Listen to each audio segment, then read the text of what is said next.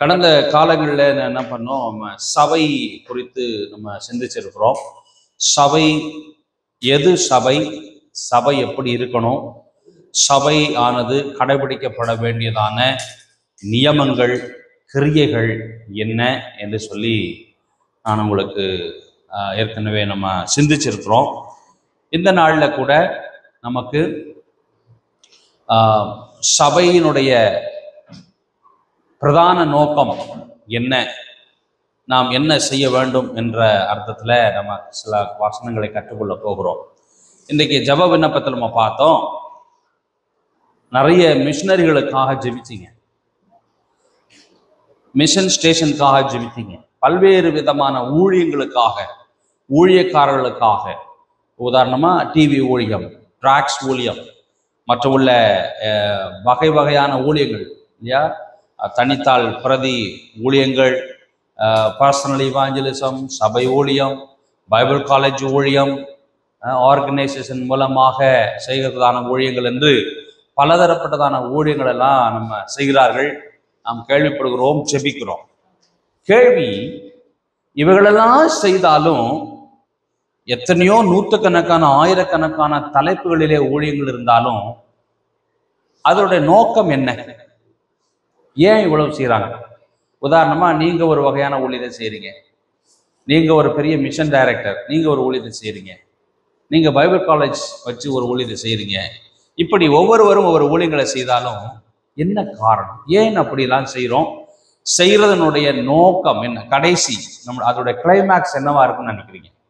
வேதத்தில் பார்க்கிறோம், சபை ஊழியத்தை தவிர வேறு எந்த விதமான ஊழியங்கள் செய்தாலும் சரி, மிஷன்ஸ், இன்ஸ்டிடியூஷன்ஸ், ஆர்கனைசேஷன்ஸ், பர்சனல், அப்படி என்னென்ன வகையான ஊழியங்கள் நாம் எல்லாம் செய்தாலும் அது எல்லாவற்றையும் கொண்டு வந்து ஆண்டவர் சேர்க்கிற இடம் திருச்சபை. திருச்சபை அதாவது எல்லா ஊழியங்களையும் சேர்த்தாலும் அதெல்லாம் யாரு? கர்த்தருடைய பிள்ளைகள் தான், விசுவாசிகள் தான், ஊழியக்காரர்கள் தான். அவர்களுக்கு ஆண்டவர் கூடாரமாய் கொடுத்திருக்கிறது கர்த்தருடைய திருச்சபை. திருச்சபையில இருக்கிறதான கர்த்தருடைய பிள்ளைகள் ஊழிய அழைப்பை பெற்று, கர்த்தருக்காக வாஞ்சை பெற்று, கர்த்தருடைய வசனத்துக்காக அவர்கள் வாஞ்சை பெற்று ஊழியத்துல என்ன செய்றாங்க? அவங்க புறப்பட்டு போய் பல இடங்களிலும் பலவிதமான ஊழியங்களை செய்கிறார்கள். பலவிதமான ஊழியங்கள் எல்லாம் செய்தாலும் அதனுடைய நிறைவை கொண்டு வந்து சேர்க்கிற இடம் எது? மறுபடியும் திருச்சபைக்குள்ளதான் கொண்டு வரணும். அப்போ நீங்க எல்லாரும் ஒவ்வொரு விதமான ஊழியங்களை செய்தாலும் உங்களுடைய ரிசல்ட்டை கொண்டு வந்து சேர்க்கிற இடம் திருச்சபை. இங்க திருச்சபையில இருக்கிற நாம இங்கேயே தேங்கி நின்று விடாதபடி நாம எல்லாரும் புறப்பட்டு வெளியிலே போய் பலவிதமான அவனவனுக்கு அளிக்கப்பட்ட கிருபையின் அளவுக்கு தக்கதாய் நாம் ஊழியங்களை செய்ய வேண்டும். சரியா? இப்படி சபையும் வெளியில நடக்கிற எல்லா ஊழியங்களும் ஒன்றுக்கொன்றாய் இணைந்து பிணைந்து காணப்பட வேண்டும்.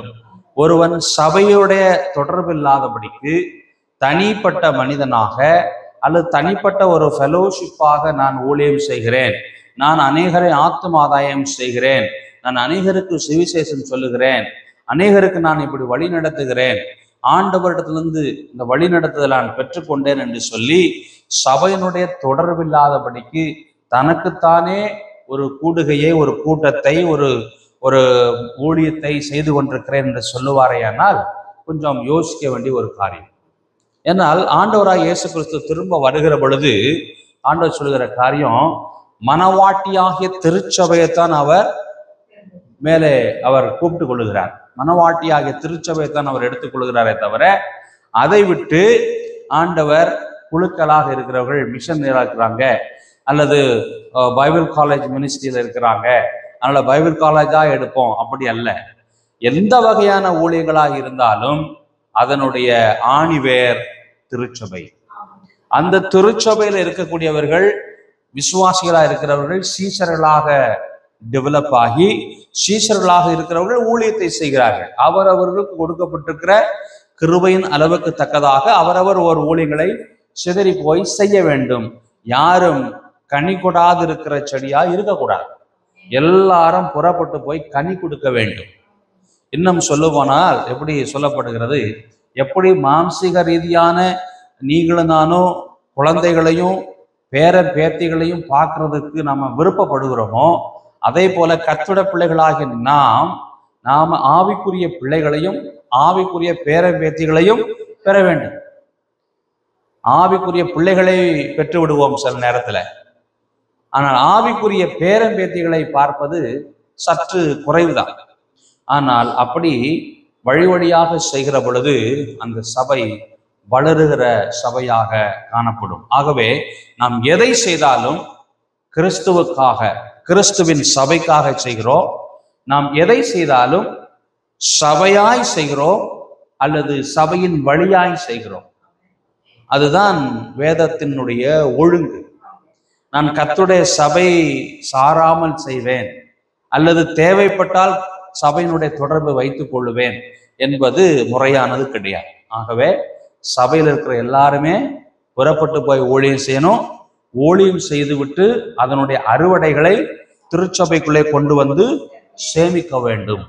இதுதான் வேதத்தினுடைய ஒழுங்கு. ஏனென்றால் ஆண்டவராகிய தேவன் மணவாளனாகிய கிறிஸ்து வெளிப்படுகிற நாளிலே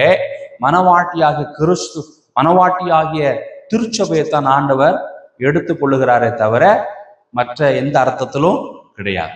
சரியா? ஆகையினால இந்த மணவாட்டி எப்படிப்பட்டவளாய் காணப்பட வேண்டும்? ஒரு மணவாட்டிங்கிற திருச்சபை எப்படி காணப்படணும்? என்னமோ நீங்கெல்லாம் பொண்ணே பார்த்தது இல்லைங்கிற மாதிரியும், இதுக்கு முன்னாடி நீங்கெல்லாம் பொண்ணாவே இருந்தது இல்லைங்கிற மாதிரி சொல்றீங்க. எல்லாருமே கல்யாண பொண்ணா ஆயிருக்கிய. கல்யாண பொண்ணுன்னா எப்படி இருக்கணும்? கல்யாண பொண்ணுக்கு என்னென்ன ஆசை இருக்கு? முதலாவது கல்யாண பொண்ணு நகை போடணும், ஜோடனையா இருக்கணும், எல்லாரும் என்னைய பார்க்கணும். அதாவது மணப்பெண்ணு சொல்லும் போது அந்த முக்கியமான அந்த திருமணத்துல அவங்க தான் ஹீரோயின். அப்படி இருக்கும்போது எந்த விதத்துல எடுத்துக்கிட்டாலும் அவங்க தான் பெஸ்டா நிற்கணும். சரி, இது ஒரு கண்ணோட்டம்.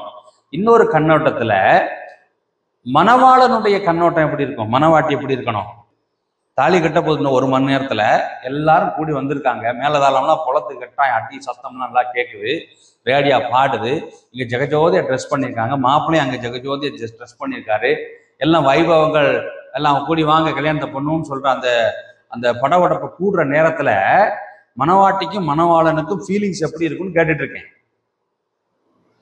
புரியுதா? நீங்க அந்த மாதிரி சொல்லணும். ஏன்னா யாரும் தலைச்சு போக மாட்டாங்க இல்லையா? அந்த மாதிரி சொல்லணும். ஸோ இந்த மணவாளனும் மணவாட்டிக்கும் சொல்லும்போது எல்லாரும் பார்த்ததை அவங்க ஒத்துக்கிட்டாங்க. நல்ல மாப்பிள்ளை, நல்ல பொண்ணு, நல்ல ஏத்த குடும்பம் அப்படி இப்படின்னு பார்த்து எல்லாம் ஏலேருந்து Z வரைக்கும் பார்த்தாச்சு. என்னது? A for age, B for beauty, C for caste, D for dowry, E for education, F for fair, G for gold, I for income, J for jewel மாப்பிள்ளைக்கு. சரியா? இப்படி சொல்லி Z வரைக்கும் பாயிண்ட் எழுதிட்டு இந்த காரியம் கர்த்தரால் வந்ததுன்னு அண்ட புழுகா ஒன்று சொல்லுவாங்க. சரி, அதெல்லாம் போட்டோம். இதெல்லாம் உண்மைதானான்னு இவங்களுக்குள்ள ஒரு படவடப்பு இருக்கத்தான் செய்யும் இல்லையா? சரி, இந்த நேரத்துல ஒருத்தன் கொளுத்தி போடுறேன். இந்த மாதிரி ஒரு சின்ன பையன் ஒரு சிட்டையை கொடுக்குறேன், ஏதோ ஒரு வில்லங்கமான சிட்டையை கொடுத்துட்டான். அந்த நேரத்துல எப்படி இருக்கும் கல்யாணத்துல? அப்போ இது மாதிரி எதுவுமே நடக்கக்கூடாதுன்னு ஒண்ணு இருக்கும் இல்லையா? இந்த கல்யாணம் எப்படியா நடந்துடணும்னு இருக்கும் இல்லையா? எப்படினாலும் இந்த சம்பவங்கள் உண்மையா ஆயிரணும், இவ்வளவு பிரயாசங்கள்லாம் நிறைவேறணும்னு நினைக்கிறோம் இல்லையா? அது போல எப்படி அந்த தினத்துல ஒரு சின்ன டிஸ்டர்ப் வந்துட்டா கல்யாணம் நின்று போயிடுது. ஆளாளுக்கு சண்டை அடிச்சுக்கிடுவான். சில பேர் ரொம்ப நேசிச்சுட்டாங்க அதுக்கு முன்னாடின்னு சொன்னா இனிமே கல்யாணமே வேண்டான்னு முடிவெடுப்பாங்க. எல்லாவற்றையும் ஏதாச்சும் விஷத்தை கொடுத்துருவாங்க. இப்படிலாம் கூட செய்யறதுக்கு வாய்ப்புகள் ஒரு கற்பனையாக இருக்கிறது. ஆனா இதே போல ஆண்டவராகிய இயேசு கிறிஸ்து மணவாளனாய் வருகிற பொழுது மணவாட்டி திருச்சபை குறித்து அவர் எப்படி எதிர்பார்ப்பார்? பரிசுத்தமா இருக்கணும், பிழையற்றதா இருக்கணும், கரைதிரை இல்லாததா இருக்கணும். சரியா? வெண் வஸ்திரம் தரித்து இருக்கணும், உலகத்தால கரைபடாது இருக்கணும்.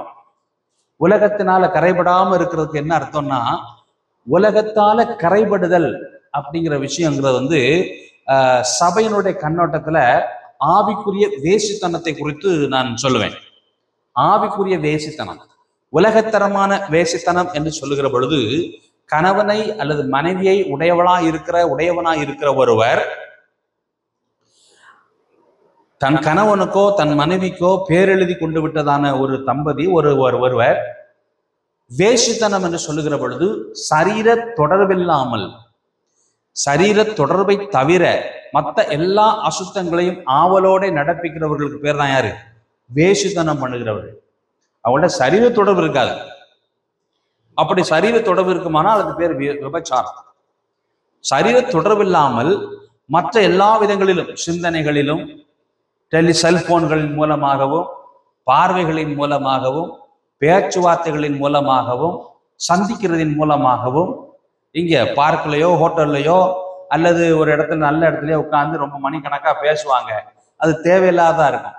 அப்படிப்பட்ட ஒரு மறைமுகமான ஒரு பேச்சுவார்த்தைகள், கான்டாக்டுகள் இருக்குமானால், எது மற்றவர்கள் பார்த்தால் எதுவும் சொல்லுவார்களோ என்கிறதான ஒரு பயத்தோடையே ஒரு விஷயத்தை ஒருவர் செய்வாரையானால் அதுக்கு பேர் தான் வேசித்தனம்.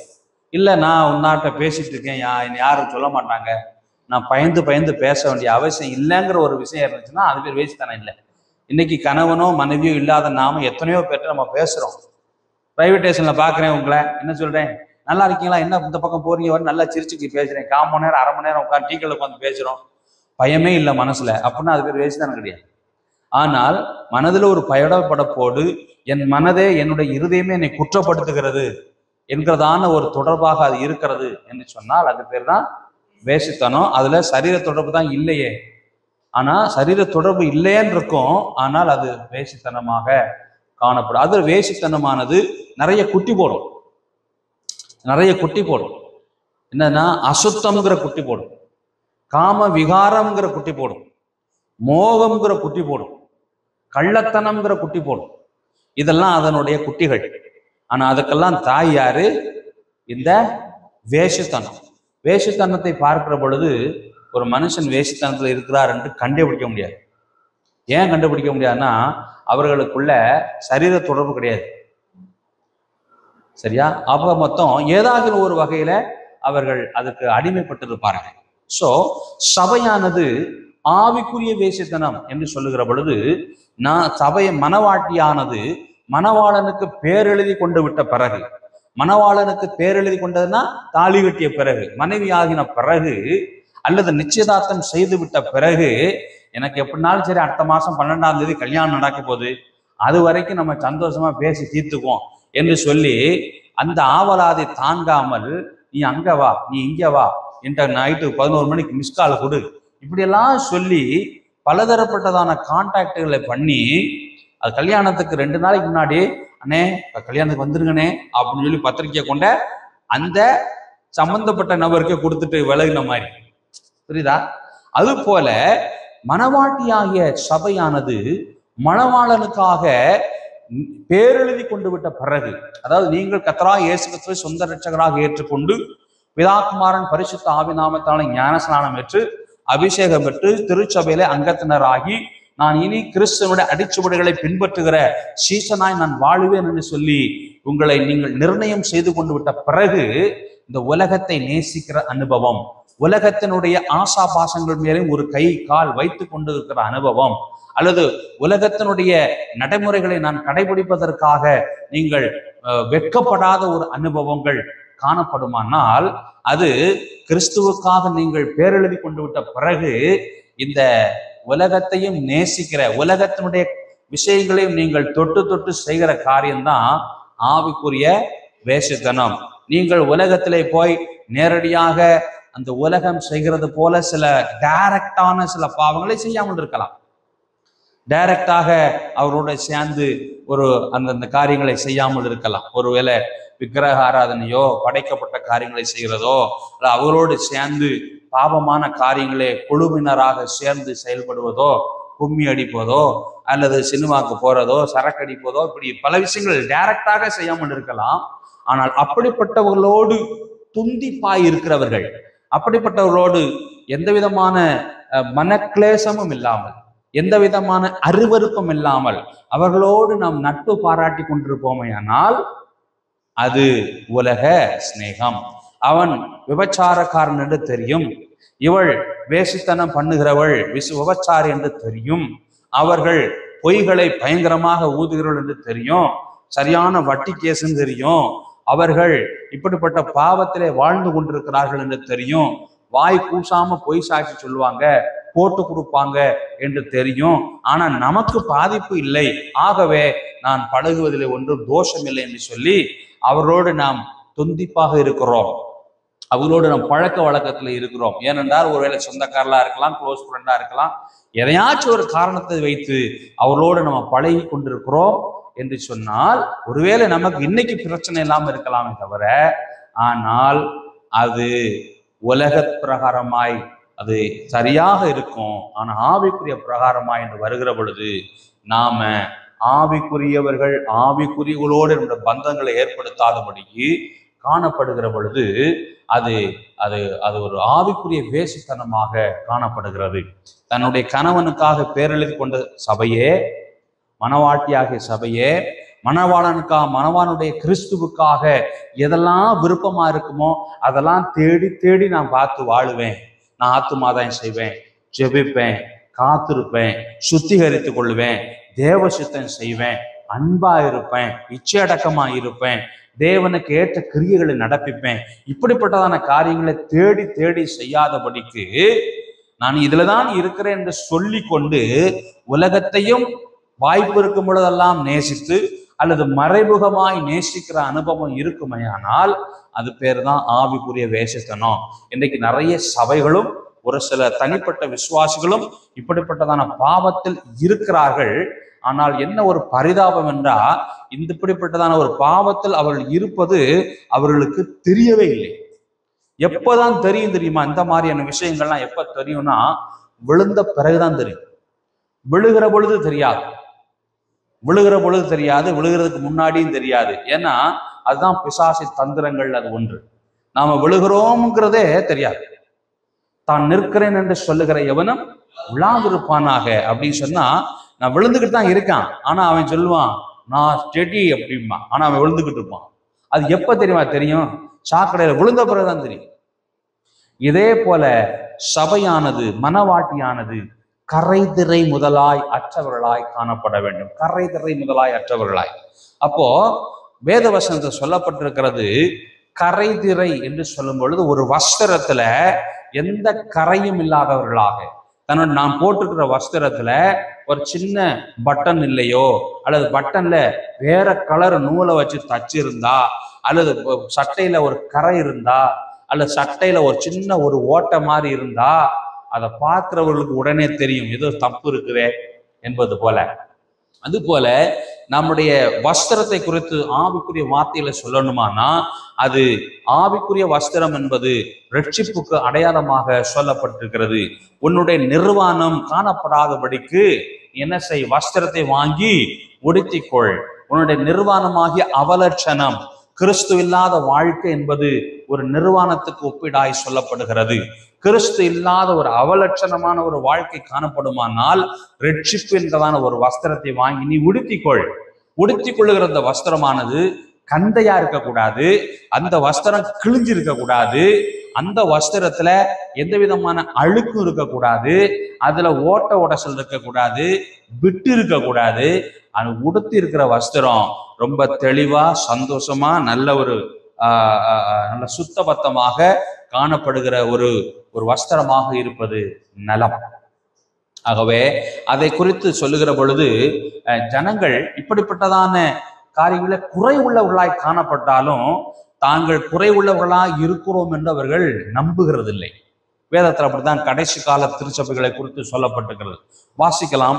வெளிப்படுத்தின விசேஷம் 3வது அதிகாரம் 17 வசனங்கள் 17, 18.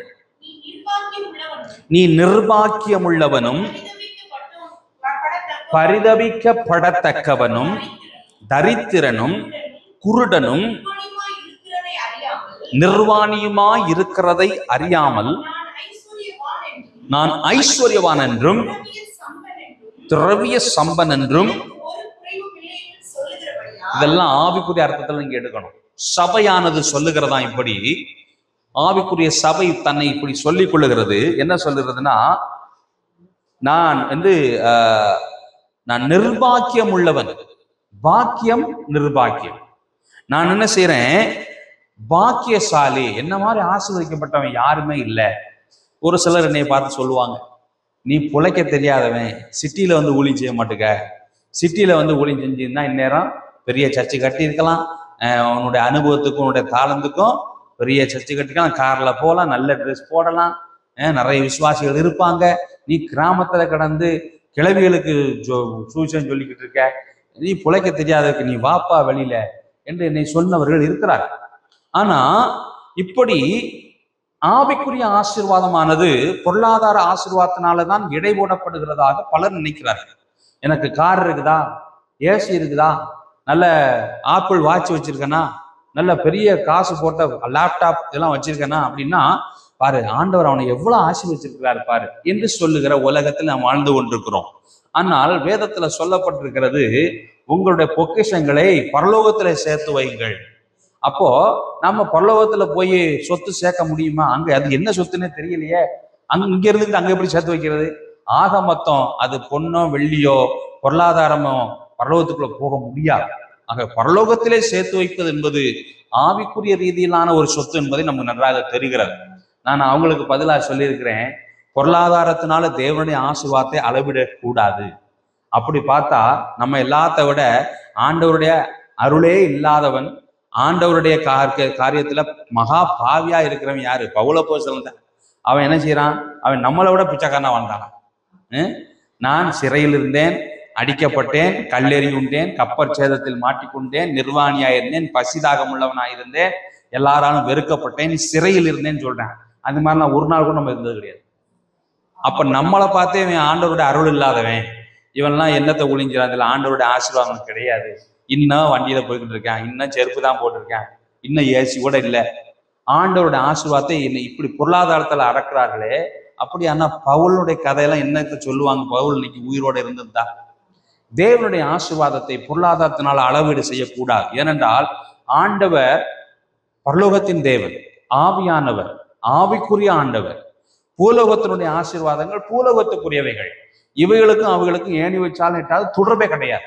அப்படி இருக்கிற பொழுது தேவனுடைய ஆசீர்வாதத்தை ஆவிக்குரிய ரீதியாத்தான் நம்ம எடுத்து கணக்கீடு பண்ணணுமே தவிர பூலோக ஆசீர்வாதத்தினால ஆவிக்குரிய ஆசீர்வாதத்தை அளக்க முடியாது. சரியா? அப்போ இவங்க என்ன சொல்றாங்கன்னா, நான் எவ்வளவு பாக்கியசாலின்னு பாருங்க, இப்பதான் சர்ச்சை இடிச்சு கட்டினேன், 60 அடி நீளம் இருந்துச்சு, இப்ப 120 அடி ஆக்கிட்டேன். முதல் சாதாரண டைல்ஸ் போட்டிருந்தோம், இப்போ பார்த்தா மார்பிள் போட்டிருக்கிறோம். சரியா? ஏற்கனவே நான் சஃபாரி போட்டேன், இப்போ கோட்டு தான் போடுறேன். ஏற்கனவே ஒரு இன்னோவா வச்சிருந்தேன் 26 லட்சத்துல, இப்போ நான் ஆடி கார் வாங்கிட்டேன் என்று சொல்லி ஆண்டவருடைய ஆசீர்வாதத்தை பொருளாதாரத்தினுடைய ஐகான்ஸ், பொருளாதாரத்தினுடைய அடையாளங்களினாலே அவைகள் அதை மிகைப்படுத்தி சொல்லுகிறார்கள். அதுதான் ஆசீர்வாதம் என்று சொல்லுகிறார்கள். பாக்கியவான்கள் என்று தங்களை சொல்லிக் கொள்ளுகிறார்கள். ஆனா வேதம் சொல்லுகிறது, நீ நிர்பாக்கியம் உள்ளவன், நீ பாக்கியவான் கிடையாது, நீ நிர்பாக்கியம் உள்ளவன்.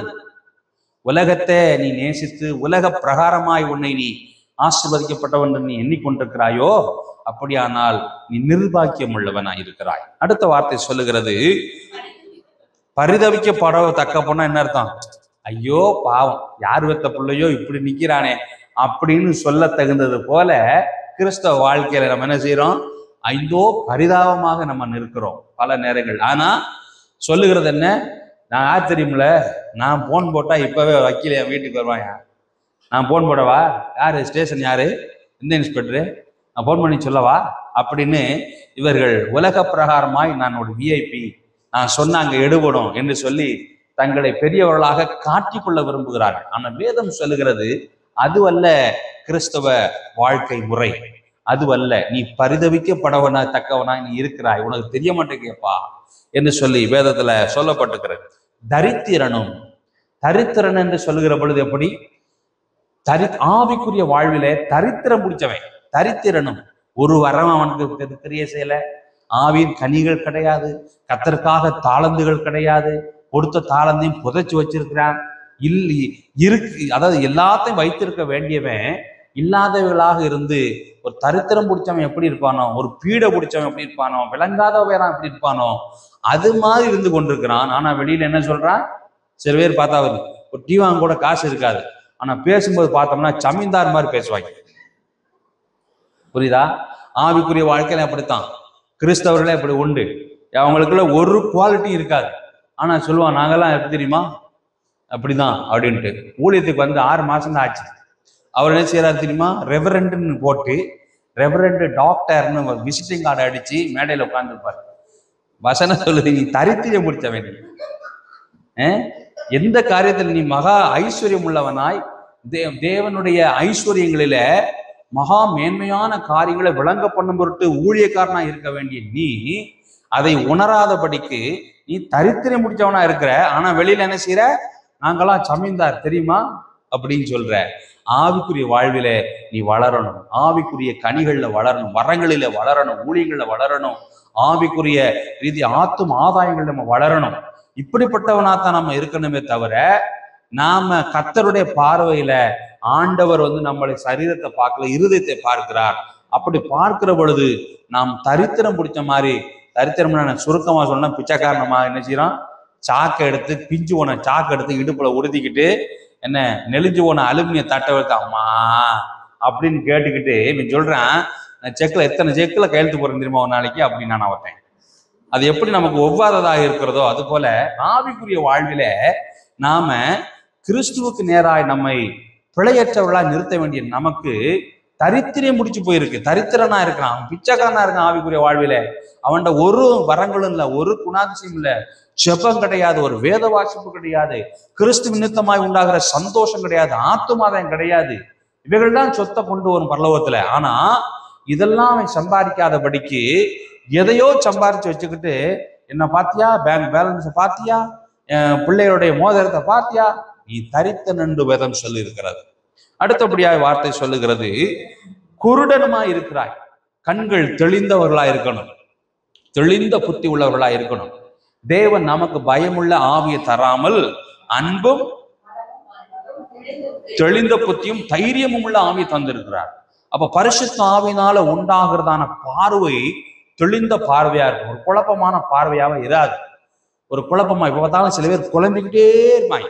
பரிசுத்த ஆவியானவரோடு ஐக்கியப்பட்டிருக்கிற ஒரு வாழ்வு தெளிந்த புத்தியை கொடுக்கும். அப்ப தேவனுடைய பரிசுத்த ஆவியானவரோடு தெளிவான் ஒரு நெருங்கிய பழக்கம் இராதவர்களுக்கு எப்ப பார்த்தாலும் கிழக்க போறதா, மேற்க போறதா, வடக்க போறதா, தெற்க போறதா, படுத்துருவோமா எந்திரிப்போமா இப்படின்னு குந்திக்கிட்டே இருப்பாங்க. காரணம், பரிசுத்த ஆவியானுடைய ஐக்கியம் அவர்களுக்கு குறைவா இருக்கிறதுனால பாதை தெளிவா கிடக்கு, ஆனா இவனுக்கு கண்ணு தெரியாம இருக்கான். நான் சொல்ற புரியுதா? பாதை ஆண்டவர் தெளிவா வச்சிருக்கிறாரு, மிகப்பெரிய வாசலை வச்சிருக்கிறாரு, நீர் ஓடைகளை வச்சிருக்கிறாரு, பெரிய வண்டியை வச்சிருக்காரு, நல்லா டிராவல் பண்ணலாம், எல்லாமே இருக்குது. ஆனா இவனுக்கு கண்ணு தெரியாததுனால என்ன ஆசீர்வாதம் இருக்குன்னு இவனுக்கே தெரியல. எங்க தண்ணி தவிக்குது, தண்ணி இருக்கு, நீரோட ஓடுது, மொண்டு குடிக்கிறதுக்கு அவனுக்கு தெரிய மாட்டேங்குது. அருமையான பாதை இருக்கு, போனோம்னா அழகா அவன் அடுத்த நாட்டுக்கு போயிடலாம். ஆனா அவன் எங்க பாதை இருக்குன்னு தெரியாம என்ன செய்யறான்? முள்ளு பத்தைக்குள்ள போய்கிட்டு இருக்கான். ஒரு வண்டி இருக்கு, அதை எடுத்து இவனுக்கு ஓட்ட தெரியல, ஆனா வண்டியே இல்லைன்னு ஐயா ஆண்டவரே சொல்லிக்கிட்டு இருக்கான். அப்போ என்ன அர்த்தம்னா, எல்லாமே ஆண்டவர் கொடுத்திருக்கிறாரு, ஆனா இவனை பொறுத்த வரைக்கும் கண் சொருகி போன குருடனா இருக்கிறதுனால அவைகளெல்லாம் இருந்தும் அவைகளை காணவும் முடியாமல் அனுபவிக்க முடியாமல் இருக்கிறான். காரணம் என்ன தெரியுமா? அந்த தெளிந்த புத்தியை கொடுக்கிறதான பரிசுத்த ஆவியானவரோடு அவனுக்கு நெருங்கிய ஐக்கியம் இல்லாததுனால ஆண்டவர் சொல்லுகிறது அவன் காதுகளிலே, அவனுடைய இருதயத்திலே புரிய மாட்டேங்குது. ஆண்டவர் சொல்ற அந்த அந்த அந்த லாங்குவேஜ், காட்லி லாங்குவேஜ், அவன் காட்லி பர்சனா இல்லாததுனால அந்த லாங்குவேஜ் அவனுக்கு புரிய மாட்டேங்குது. கம்ப்யூட்டர் படித்தவனுக்கு தான் கம்ப்யூட்டர்ல சொல்லக்கூடிய அந்த பாஸ்வேர்டு லாங்குவேஜ் புரியும். கம்ப்யூட்டர் தெரியாதவனுக்கு அது என்னடா என்னமோ எழுத்து ABCD 1 2 3 சதவீதம் அம்புக்குறி மாதிரிலாம் போட்டிருக்கேன் அப்படின்னு பார்த்தா கரப்டான ஸ்கிரீன் மாதிரி தான் எனக்கு தெரியும் இல்லையா? ஸ்கிரீனை பார்க்கணும், கரப்ட் ஆயிருச்சோ அப்படின்னு தோணும். ஆனா கம்ப்யூட்டர் சாஃப்ட்வேர் C++, ஜாவா இதெல்லாம் படிச்சவனுக்கு தான் தெரியும் அது என்ன சொல்லுது கம்ப்யூட்டர்னு. நமக்கு அது தெரியாது. அது போல பரிசுத்த ஆவியானவரோடு ஐக்கியம் கொண்டிருக்கிறவனுக்கு தான் பரிசுத்த ஆவியானவர் பேசுறதான லாங்குவேஜ் புரியுமே தவிர அவனுக்கு பேசினாலும் புரியாம இருக்குதுன்னு சொன்னா தேவனோடு கூட அவன் அந்த ஐக்கியம் இல்லாதவனுக்கு ஆண்டவர் காதுல குலா கட்டி ஊதுனாலும் அவனுக்கு தெரியாது. அதனாலதான் எல்லாம் இருந்தும் அவன் அப்படியே என்ன செய்யறான், குருடனாவே உட்கார்ந்துக்கிறான். குருடனுடைய வேலை என்ன தெரியுமா? அவன் மற்றவங்களையும் தொல்லை பண்ணுவான், இருக்கிறதையும் நாஸ்தி பண்ணிடுவான். மற்றவனை தொல்லை பண்ணுவேன், நாங்கள் கொண்ட விடும்பேன், ஒரு முறுக்கு வாங்கிட்டு வா அப்படிம்பா. ஆக மொத்தம் எவனையும் நிம்மதியாகவும் இருக்க விட மாட்டான், அவனும் நல்ல நிம்மதியாக வாழ மாட்டான். இப்படிப்பட்ட ஆவிக்குரிய அனுபவத்துல கர்த்தருடைய பிள்ளைகள் வாழ்ந்து கொண்டிருக்கிறார்கள். அவன் குருடனாயிருக்கிறான், எல்லாமே இருக்கான்னு அவனுக்கு தெரியல. இப்படிப்பட்ட குருடனா இருந்து கொண்டிருக்கிறான். ஆனா அதை அவன் சொல்ல மாட்டான். என்ன சொல்ல மாட்டான்? நாங்கெல்லாம் எப்படி இருக்குன்னு தெரியுமா? அப்படியே அப்ப எங்கெல்லாம் தொலைதூர பார்வை, எங்க விஷன் அப்படி, எங்களோட தரிசனம் அப்படி, எங்க மிஷன் அப்படி, நாங்கெல்லாம் 5 வருஷத்துக்கு இப்படி திட்டம் போட்டிருக்கோம். இயேசு கிறிஸ்துவின் வருகைக்கு முதல் நாள் வரைக்கும் இப்படி திட்டத்தை போட்டிருக்கோம். நாங்க அப்படி பண்றோம், இப்படி பண்றோம், 5000 விசுவாசிகளுக்கா பிளான் பண்ணியிருக்கோம்.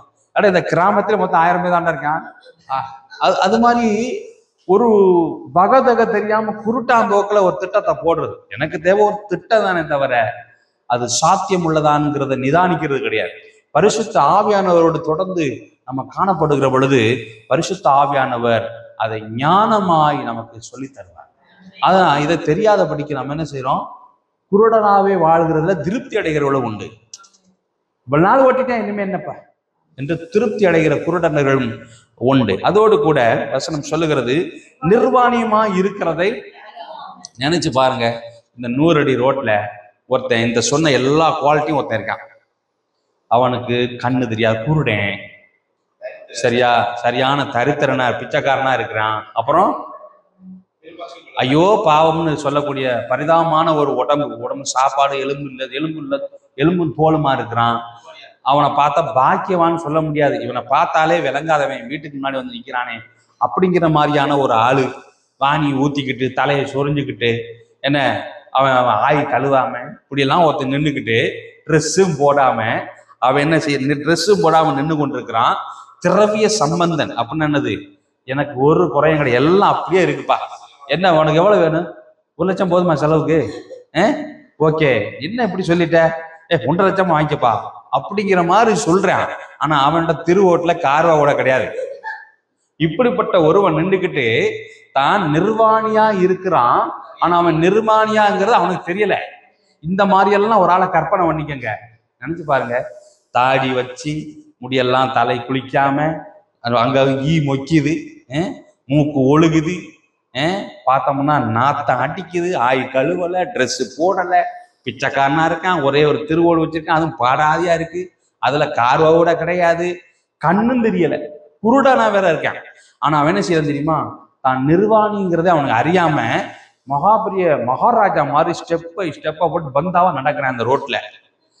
அவன் நினைப்புன்னா நான் மகாராஜா அப்படின்னு ஒரு நினைப்பு, அப்படி ஜாலியா நடந்து காமிக்கிறான் எல்லாருக்கும். ஆனா எப்படி இருக்கான்? நிர்வாணியா இருக்கான். ஆனா இப்படிப்பட்ட ஒருத்த நிர்வாணியா இருந்துகிட்டு நான் மகாராஜா தெரியுமா, யாரும் இங்கே பொற்காசுகளை கொண்டு வந்து சகோதரனுக்கு கொடு அப்படின்னு பிச்சைக்காரன் நோட்ல இருந்து எல்லாம் பண்ணிக்கிட்டு இருந்தான்னா என்ன செய்விய? கட்டையை காணுமே, ஒரு கட்டை கூட. அப்படித்தானே நமக்கு மைண்டு வரும். அது போல இருக்கிறான் கர்த்தரோட பிள்ளை, அப்படித்தான் இருக்கிறான். ஆனா அறியாதபடிக்கு இருந்துகிட்டு அவன் தன்னைத்தானே இன்னும் உணராம இருக்கிறான். இதுதான் கடைசி கால சபையினுடைய விசுவாச மக்கள் சபையானது இப்படித்தான் இருக்கிறான்.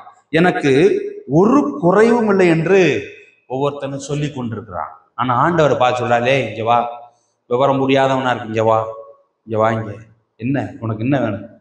அப்படியா? ஓஹோ, அதை சொல்ல வேண்டியதானே, எடுத்து கொடுத்துப்பேன்ல, இங்க வா அப்படின்னு ஆண்டவர் ஒரு வார்த்தையில பிரச்சனை முடிக்கிற மாதிரி சில காரியங்கள் சொல்ற. 18ஆம் வசனம் வாசிங்க. நீ ஐஸ்வர்யவனாகும்படிக்கு நெருப்பிலே புடமிடப்பட்ட கர்த்தருடைய வசனமாகிய பொன்னையும் உன் நிர்வாணமாகிய தோன்றாதபடிக்கு ரட்சிப்பு என்கிறதான வஸ்திரத்தையும் நீ உடுத்திக் கொள்வதற்கு கரைதிரை இல்லாதபடிக்கு பரிசுத்தமும் பிழையற்றதுமான கிறிஸ்துவனுடைய சாயலை அணிந்து கொள்ளத்தக்கதுக்கு ஒப்பான ஒரு ரட்சிப்பின் வஸ்திரத்தையும் என்னிடத்திலே வாங்கி கொள்ளவும் நீ பார்வை அடையும்படிக்கு உன் கண்களுக்கு மருந்து போட்டு உன் கண்கள் தெளிவா இருக்கணும்னா உன் கண்கள் கழுவப்பட வேண்டும். உன் கழுவப்பட்ட கண்கள் பரிசுத்த ஆவியினாருடைய ஐக்கியம் உன்னை காணப்படும் பொழுது உன் கண் தெளிவாயிடும். உன்னுடைய பார்வை பிரைட்டா இருக்கும். உன்னுடைய பார்வை தொலை தூரத்துக்கு பார்க்கும். அதைரியப்படாமல் நீ வாழுவாய். இப்படிப்பட்டதான காரியங்கள் நீ செய்ய வேண்டும் என்று உனக்கு ஆலோசனை சொல்லுகிறேன். இப்படித்தான் சபை இருக்கணும். இதெல்லாம் விட்டுட்டு நமக்கு சரியாய் தோன்றுகிற வழிகளை நாம் செய்து கொண்டே இருப்போமானால் நாம கடைசியை என்ன செய்யும்? பரிதாபமான ஒரு சூழ்நிலையில காணப்படுவோம். தொடர்ந்து சபையானது இப்படித்தான் ஒரு மனவாட்டி இருக்கும்னு நான் எதிர்பார்க்கிறேன். இதெல்லாம் நான் ஒரு ஆம்பளைய வச்சு சொன்னேன். நீங்க அப்படியே ஒரு பொம்பளையா வச்சு சொல்லிக்க நினைச்சுக்கோங்க. இப்படி ஒரு பொம்பளை வாணி ஊத்தி பிஞ்ச முடியோட நிர்வாணியா நின்று பிச்சை எடுத்துக்கிட்டு மெண்டல் பிடிச்சு போய் குருட்டு கிளவி என்ன செய்யறா? யார் இங்கே வானம் பொழியுறது பூமி விளைகிறது அப்படின்னு சொல்லி ஒரு கிளவி இதுல அப்படியே இராணுவ நட ஓட்டுக்கிட்டு பிச்சை எடுத்து தெரிஞ்சா எப்படி இருக்குமோ அது மாதிரி இருக்கிறாங்கலாம். நம்மளை பயங்கரமான ஆசீர்வதிக்கப்பட்டேன் பாக்கியவான் என்று சொல்லுகிறதான சபை சொல்லுகிறதா. அப்படி எதுவல்ல, இவைகள்லாம் பூலோக ரீதியாக சொல்லப்பட்ட விளக்கங்கள் தான். ஆண்டவர் சொல்லுகிறாரு, இப்படி ஒரு மனவாட்டி இருக்குமானா ஆண்டவர் என்ன பாரு, இப்படி ஒரு மனவாட்டி இருக்குது. மனவாளன் ரொம்ப ஜோடனையா வர்றாரு. என் பொண்ணை பார்க்க போறேன், 1 hourல கல்யாணம்னு வர்றாரு. பொண்ணு இப்படி தெரியுது. இப்ப அதை எழுதியிருக்கு. இன்னாருடைய மகளும் இன்னாருடைய பேத்தியும் இந்த மாதிரி படித்த பிள்ளை இன்ன பேரு MBA படித்து இந்த லக்கணத்தில் கல்யாணம் நடக்க போகுது இந்த மண்டபத்தில் அப்படின்னு பத்திரிக்கையில போட்டிருக்கு. எல்லாருமே வந்துட்டாங்க, நானும் வந்துட்டேன், எல்லாரும் வந்துட்டாங்க. மாப்பிள்ளையும் வரேன். வரும்போது பொண்ணு அழைச்சின்னு வாங்கோ அப்படின்னு சொல்லும்போது பொண்ணு இந்த சர்வ லட்சணத்துல வருது. எப்படி இருக்கும்? அதே போல ஆண்டவர் வருகிற நாளிலே சபையை பார்க்கிற பொழுது மனவாட்டி அலங்காரம் பண்ண வேண்டி இருக்கதான மனவாட்டி சபையானது இப்படிப்பட்டதான ஒரு என்ன சொல்றது, இப்படிப்பட்டதான ஒரு அவலட்சணமான ஒரு அலங்காரத்துல சபைங்கிற மனவாட்டி கிறிஸ்து என்கிற மணவாளனை நோக்கி அது ஸ்டெப் பை ஸ்டெப்பா வாராயன் தோழி வாராயோ பாட்டு பாடும்போது இவ வந்து நினைச்சிரா இந்த மாதிரி ஒழிக்கிட்டு நிர்வாணியா இருந்துக்கிட்டு கண்ணு தெரியாம பிச்சைக்காரிய வானம் பொழிகிறது அப்படின்னே வந்தா எப்படி தாள் கட்டுவாங்களா? இப்படித்தான் சபை இருக்கு. கடைசி கால சபையில் இப்படித்தான் இருக்கு. காரணம் கேட்டா ஆவிக்குரிய வேசித்தனமும் உலகத்தினுடைய ஆசீர்வாதங்கள் தான் கர்த்தருடைய ஆசீர்வாதத்தினுடைய அளவீடு என்று சொல்லி தன்னைத்தானே ஏமாற்றி கொள்ளுகிற ஒரு சபை, தான் இப்படி இருக்கிறேன் என்பதை அறியாமல் வாழுகிற ஒரு சபையாக இருக்கிறது. இந்த மனவாட்டியை ஆண்டவர் கட்டுறதுக்கு 3 நாள் வெயிட் பண்ணிட்டு இருக்காரு. மனவாளம் எதுக்காக வாங்கியிருந்து புறப்பட்டு வர இந்த கல்யாணம் பண்றதுக்கு கிடையாது. அப்போ மனவாளனை கல்யாணம் செய்ய வேண்டுமானா ஆண்டவர் என்ன செய்யறாரு? தன்னுடைய எதிர்பார்ப்புகளை வைத்திருக்கிறார். அவள் கற்புள்ளவளாய் இருக்க வேண்டும். கற்புள்ள கன்னிகை, உலகத்தினுடைய வேசி மார்க்கத்திலிருந்து விலகி, உலகத்தினுடைய ஆத்துல ஒரு கால் சேத்துல ஒரு கால் இல்லாமல் விட்டு விலகி, அவள் தன்னைத்தானே கிறிஸ்துவுக்காக பேரெழுதி கொண்ட கற்புள்ள கன்னிகையாக ஒரே மணவாளனுக்காக ஏக்கம் கொண்டவளாக, அவனுக்கு அந்த மணவாளனுக்கு எது பிடிக்கும், என்ன செய்யணும் அப்படிங்கிறதை நினைச்சு பார்த்து தன்னை வடிவமைத்து கொண்டவளாக காணப்பட வேண்டுமே தவிர, நாளைக்கு வரப்போற கணவனுக்கு ரொம்ப அந்த அடதோசை ரொம்ப பிடிக்கும்னு எப்படி அடதோசை போறதுன்னு சொல்லி கேட்டு தெரிஞ்சுக்கிறது இல்லையா? பொண்ணு புருஷனுக்கு ரொம்ப பிடிக்கும்னு சொல்லிட்டாங்க, எப்படியோ காதல விழுந்துச்சு பொண்ணு வாக்க வந்த அன்னைக்கு.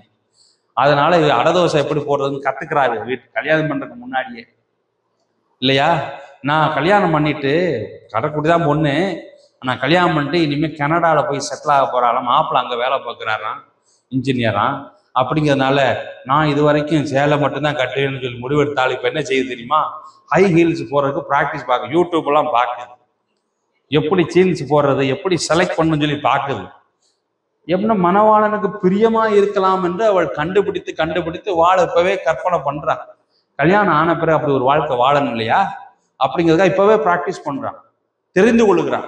அது போல கிறிஸ்து மணவாளனாகிய கிறிஸ்து மணவாட்டியாகிய திருச்சபையை இந்த ராப்சர் ஆண்டவர் மேலே எடுத்துக்கொள்ளப்படுகிற பிறகு பரலோகத்துல போய் நாமும் ஆண்டவர் எப்படி வாழணுங்கிறதுக்காக ஒரு ஒத்திகையாக இங்க இருக்கிற நாட்கள் நம்ம என்ன செய்யணும், கிறிஸ்துவுக்கு எப்படி பிரியமாய் வாழலாம் என்று எண்ணி பரிசுத்தத்திலும் கற்பிலும் அந்த புண்ணியத்திலும் ஆண்டவருடைய நீதியிலையும் நம்ம வாழ்வதற்கு இங்கேயே பிராக்டிஸ் பண்ணக்கூடிய வாழ்க்கை தான் கிறிஸ்தவ வாழ்க்கை.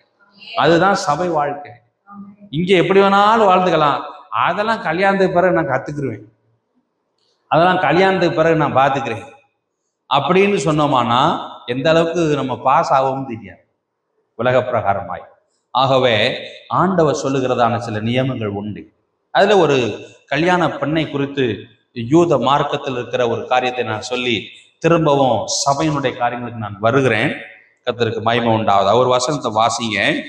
லூக்கா 15வது அதிகாரம் வசனம் 8, 9, 10. அன்றியும் ஒரு ஸ்திரீ 10 வெள்ளிக்காசை உடையவளாயிருந்து அதில் ஒரு வெள்ளிக்காசு காணாமல் போனால் விளக்கை கொளுத்தி வீட்டை பெருக்கி அதை கண்டுபிடிக்கிற வரைக்கும் ஜாக்கிரதையாய் தேடாமல் இருப்பாளோ? கண்டுபிடித்த பின்பு கூட வரவழைத்து கண்டுபிடித்தேன், என்னோடு கூட சந்தோஷப்படுங்கள் என்று சொல்வாள் அல்லவா?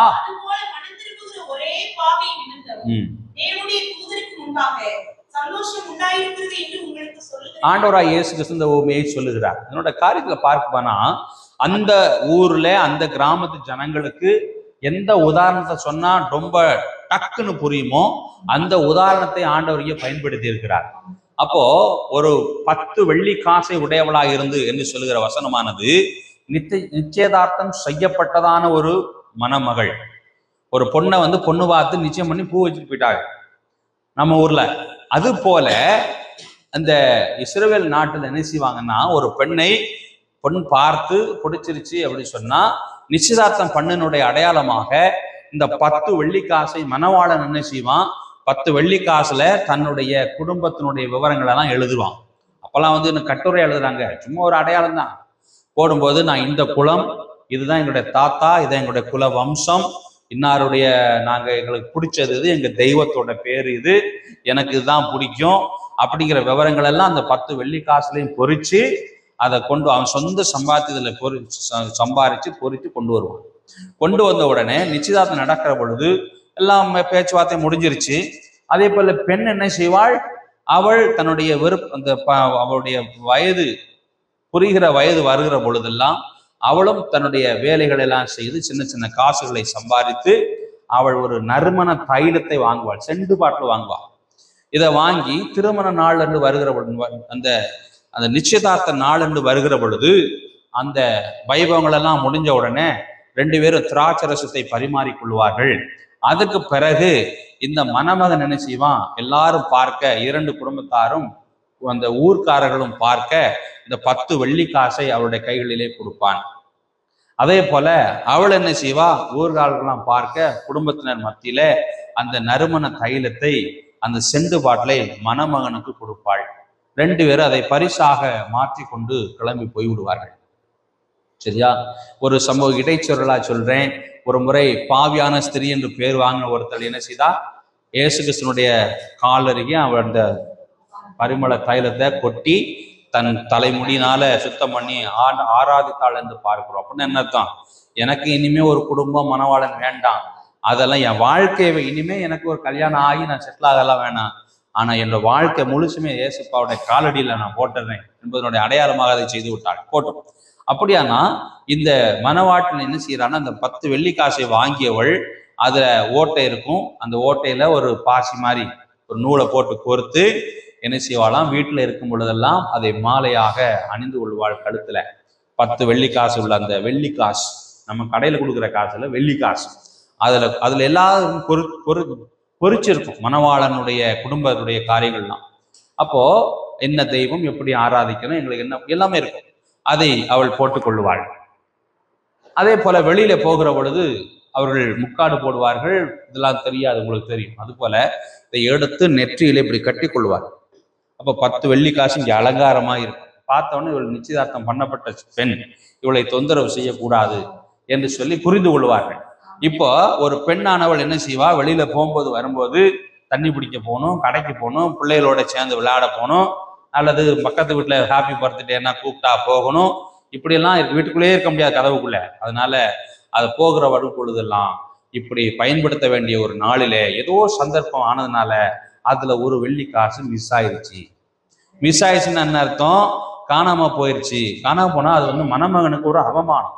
நான் கொடுத்த 10 வெள்ளி காசு, என் குடும்ப கோத்திர பெருமைகள் நல்லது கிட்டதெல்லாம் எழுதி கொடுத்தேன், நீ அதை வந்து கூட ஒழுங்கா வச்சுக்க தெரியலங்கிற ஒரு பக்கம். இன்னொன்று வந்து அது எனக்கு அவமானம், நான் கொடுத்தது நீ தொலைச்சு போட்டியா. நினைச்சு பாருங்க, நான் வந்து கல்யாணம் பண்ணி தாலி கட்டிட்டு ஊருக்கு போயிருக்கேன். என்ன ஒரு நாள் வீடியோ காலில் பார்க்குறேன், என்ன தாலியை காணோம். இல்லை, நான் குளிக்கிற போது கரட்டி ஒரு ரெக்கில் வச்சு மறந்துருச்சு, எங்கே இருந்தாலும் 2 நாளாக தேடிக்கிட்டு இருக்கேன் அப்படின்னு மனைவி சொன்னா எனக்கு சந்தோஷமாவா இருக்கும்? அது எனக்கு அவமானமா இருக்கும்ல, இப்படியெல்லாம் இருக்கிறாங்களே அப்படின்னு. அது போல ஒரு வெள்ளி காசை காணோம்னு சொன்னோம்னா அந்த ஊர்ல என்ன செய்வாங்கன்னா கல்யாணத்தை ரத்து பண்ணிடுவாங்க. ஐயோ வாழ்க்கை போச்சே என்று சொல்லி அவள் தேடுகிறாள். தேடுகிற ஸ்டைல்ல பார்த்தா அந்த வசந்த வாசம் பாருங்க, விளக்கை கொளுத்தி வீட்டை பெருக்கி. வீட்டை எப்ப பெருக்குவாங்க? நைட்டு 12 மணிக்கா வீட்டை பெருக்குவியா? எப்ப பெருக்குவீங்க? பகலையில தான் பெருக்குவீங்க. விளக்கு எப்ப கொளுத்துவியா? இப்பவா? நைட்டு. அப்ப என்ன அர்த்தம்? ராத்திரி முழுசும் தேடுறா. வீட்டை பெருக்கின்னா பகல் முழுசும் தேடுறா. என்ன பங்களா வீடா இருக்க போது? சின்ன வீடு தான் இருந்தாலும் கிடைக்கிற வரைக்கும் ஒருவேளை பீரோக்கு அடியில இருக்குமோ, துணிக்கு அடியில இருக்குமோ, பாய்க்கு அடியில இருக்குமோ, பாத்திரத்துக்கு அடியில ஓடி இருக்குமோ அப்படி சொல்லி இரவும் பகலும் அதை விடாம தேடுறா, கண்டுபிடிக்கிற வரைக்கும். தேடுறதுக்கு பேர் என்ன தெரியுமா? கிடைக்கிற வரைக்கும் தேடுறதுக்கு பேர் தான் தேடுறது. தேடி பார்த்தேன் கிடைக்கல விட்டுட்டேன், அதுக்கு பேர் தேடுறதே கிடையாது. அது போல அவள் இரவும் பகலும் அதை தேடுகிறாள். கண்டுபிடித்த பிறகு நான் கண்டுபிடிச்சேன்னு சொல்லி சந்தோஷமா கோர்த்து மறுபடியும் கட்டிட்டு சும்மா இருக்க வேண்டியானே. எதுக்கு அயல் வீட்டுக்காரிகளை கூப்பிடா தெரியுமா? இங்க வா, நீ தான் வத்தி வைக்கிற ஆளு, நான் கண்டுபிடிச்சிட்டேன், இந்த இருக்கு, கண்டுபிடிச்சிட்டேன். அதனால ஒண்ணு கிடக்க ஒண்ணு சொல்லி அவங்க விவரம் இப்படிதான் சொல்லி உண்மையை தெரியாம அங்கனக்குள்ளே கேன்சல் பண்ணிட்டு போயிடாம நான் கண்டுபிடிச்சது உலகத்துக்கே தெரியட்டும் அப்படின்னு சொல்லி அந்த ஒரு வெள்ளி காசுடைய ரேட்டு 1000 ரூபாய் இருக்கும். ஆனா இவ 5000 செலவணி விருந்து பண்றான். ஏன் தெரியுமா? என் வாழ்க்கையை நான் திரும்ப பெற்றுக்கொண்டேன், என்னோட கணவனை நான் திரும்ப பெற்றுக்கொண்டேன், என்னுடைய எதிர்காலத்தை நான் திரும்ப பெற்றுக்கொண்டேன் என்று சொல்லி சந்தோஷத்துக்காக விருந்து வைக்கிறான். அது போல இன்னைக்கு மணவாளனாகிய கிறிஸ்துவனுடைய நிச்சயதார்த்தம் செய்யப்பட்டதான திருச்சபையாகி நீங்களும் நானும் எதையுமே நம்ம இழந்துடக்கூடாது. ஆனா நாம எல்லாத்தையும் இழந்தாலும் அதை பத்தி கவலை இல்லாம வாழ்ந்து கொண்டிருக்கிறோம்.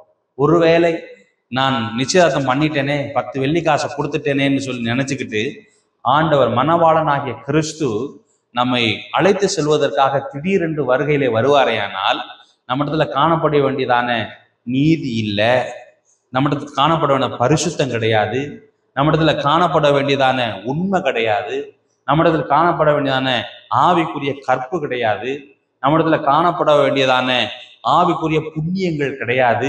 இப்படி ஏதாச்சும் ஒண்ணு கிடையாமல் இருக்கிறதை கண்டால், கனி இல்லை, வரம் இல்லை, ஜபம் இல்லை, வேத வாசிப்பு இல்லை, கீழ்ப்படியறது இல்லை, இப்படி ஏதாச்சும் ஒண்ணு காணாம போனா ஆண்டவர் செய்வாரு, நம்மளை கண்டுக்க மாட்டாரு.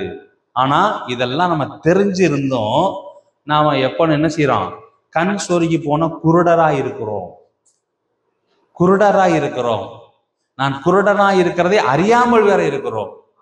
இப்படிப்பட்ட சபையாக நீங்களும் நானும் இருக்கக்கூடாது. அப்படியானால் இதெல்லாம் சரியாக காணப்படுகிற ரேஞ்சில தான் ஒரு ஒரு ஒரு மணவாட்டி திருச்சபை காணப்படணும். அழகா இருக்கணும். மணவாட்டி திருச்சபை எப்படி இருக்கணும்? அழகுள்ளவளா இருக்கணும். இந்த மாதிரி பண்புள்ளவளா இருக்க வேண்டும். சரி, அடுத்தது மணவாட்டி திருச்சபை அழகுள்ளவளா இருக்க வேண்டும் என்று சொல்லி அதை ஒரு காரியத்தை சொல்லி நம்ம கிளைமேக்ஸ் வருவோம். மணவாட்டி எப்படி இருக்கணும்? எப்படிப்பட்ட அழகுள்ளவளா இருக்கணும்? பூரண அழகு. கொஞ்சம் கூட காம்ப்ரமைஸ் கிடையாது. எல்லாம் இருக்கு. இன்னைக்கு லைட்டா ஒரு ரோஸ் பவுடர் லைட்டா தட்டி இருந்திருக்கலாம், கேமராவுக்கு நல்லா இருந்திருக்கான். அப்படின்னு யாரும் சொல்ல முடியாத அளவுக்கு அழகுள்ளதாய் காணப்படணும். அப்ப பூரண வடிவுள்ளவளாய், பூரண அழகுள்ளவளாய் அந்த மணவாட்டி காணப்படணும். அந்த அந்த மணவாட்டி அழகை தூக்கி கொடுக்கறது எது? அலங்காரம். அந்த பைபிள் கூட அலங்காரமான பைபிள் தான் வச்சிருப்பாங்க. பார்த்தீங்களா தெரியும், வெள்ளை கலர்ல சிப்பு போட்டு துறக்க மாட்டாங்க. அது மாதிரி வச்சு அது என்ன அந்த மேட்சா இருக்கணும் அந்த பைபிள். அது ஒண்ணுதான் பாயிண்ட். அது ஒண்ணு போட்டு பைபிள்ல சொல்லப்பட்டிருக்கிறது. மணவாட்டி ஆகிய திருச்சபை காணப்படக்கூடிய அலங்காரம் பரிசுத்த அலங்காரம். பரிசுத்த அலங்காரம் காணப்படணும். எப்போ ஒரு பூலோகத்தில் இருக்கக்கூடியதான் நம்ம மணவாட்டிக்கு அலங்காரம் எவ்வளவு ரொம்ப முக்கியம். பார்த்தாலே இது பொண்ணுன்னு தெரியும். ஆனா நம்மள பல பேர் என்ன செய்யறோம், கல்யாணத்துக்கு போறவங்க பொண்ணு அந்த பொண்ணா நானான்னு தெரியாத அளவுக்கு, அப்போ அந்த பொண்ணா இவங்களா பொண்ணு அப்படின்னு டவுட் வர அளவுக்கு மேக்கப் பண்ணிட்டு போறாங்க. நம்மளுக்கு பொண்ணே சிம்பிளா இருக்கும், இவங்க போட்டிருக்கிறத பார்த்தா பொண்ணை மாத்தி உட்காரிச்சிருவாங்க போல, அவ்வளவு மேக்கப்பா போவாங்க. அப்படின்னு ஒரு ஆசை. ஏற்கனவே கல்யாணம் ஆயிடுச்சு, சுருக்கம்லாம் வந்துருச்சு மூஞ்சில, இதுக்கு பிறகு ஒரு இது வேணுமா? ஆனா அப்படித்தான் போறது. சரி போட்டோம். அப்போ பைபிள்ல என்ன எதிர்பார்க்குது? மணவாட்டிக்கு பரிசுத்த அலங்காரம் காணப்படணும். பரிசுத்த அலங்காரங்கிறது எதை குறிக்கிறது? சாந்தம், பரிசுத்தம், மனத்தாழ்மை, கீழ்ப்படிதல், பொறுமை, இதெல்லாம் ஒரு குணாதிசயம். குணாதிசயத்தை தான் ஆண்டவர் அலங்காரமாக சபைக்கு இருக்கணும்னு சொல்றார். இப்ப பாருங்க, நம்ம எல்லாவத்திலும் நல்லா பைபிள் படிக்கிறோம், வேதத்தை வாசிக்கிறோம், ஜபம் பண்றோம், கீழ்ப்படுகிறோம், எல்லாம் செய்யறோம், எல்லாம் பண்றோம். ஆனா வேத புத்தகத்தை பொறுத்த வரைக்கும் நம்ம என்ன செய்யறோம்? சரியான வாயாடி. என்ன வந்தா அவ்வளவுதான், ரத்தம் வாங்காம பல்ல ஒரே குத்தி பல்லுல இருந்து ரத்தம் வராம சண்டையை நிப்பாட்டுறதே கிடையாது.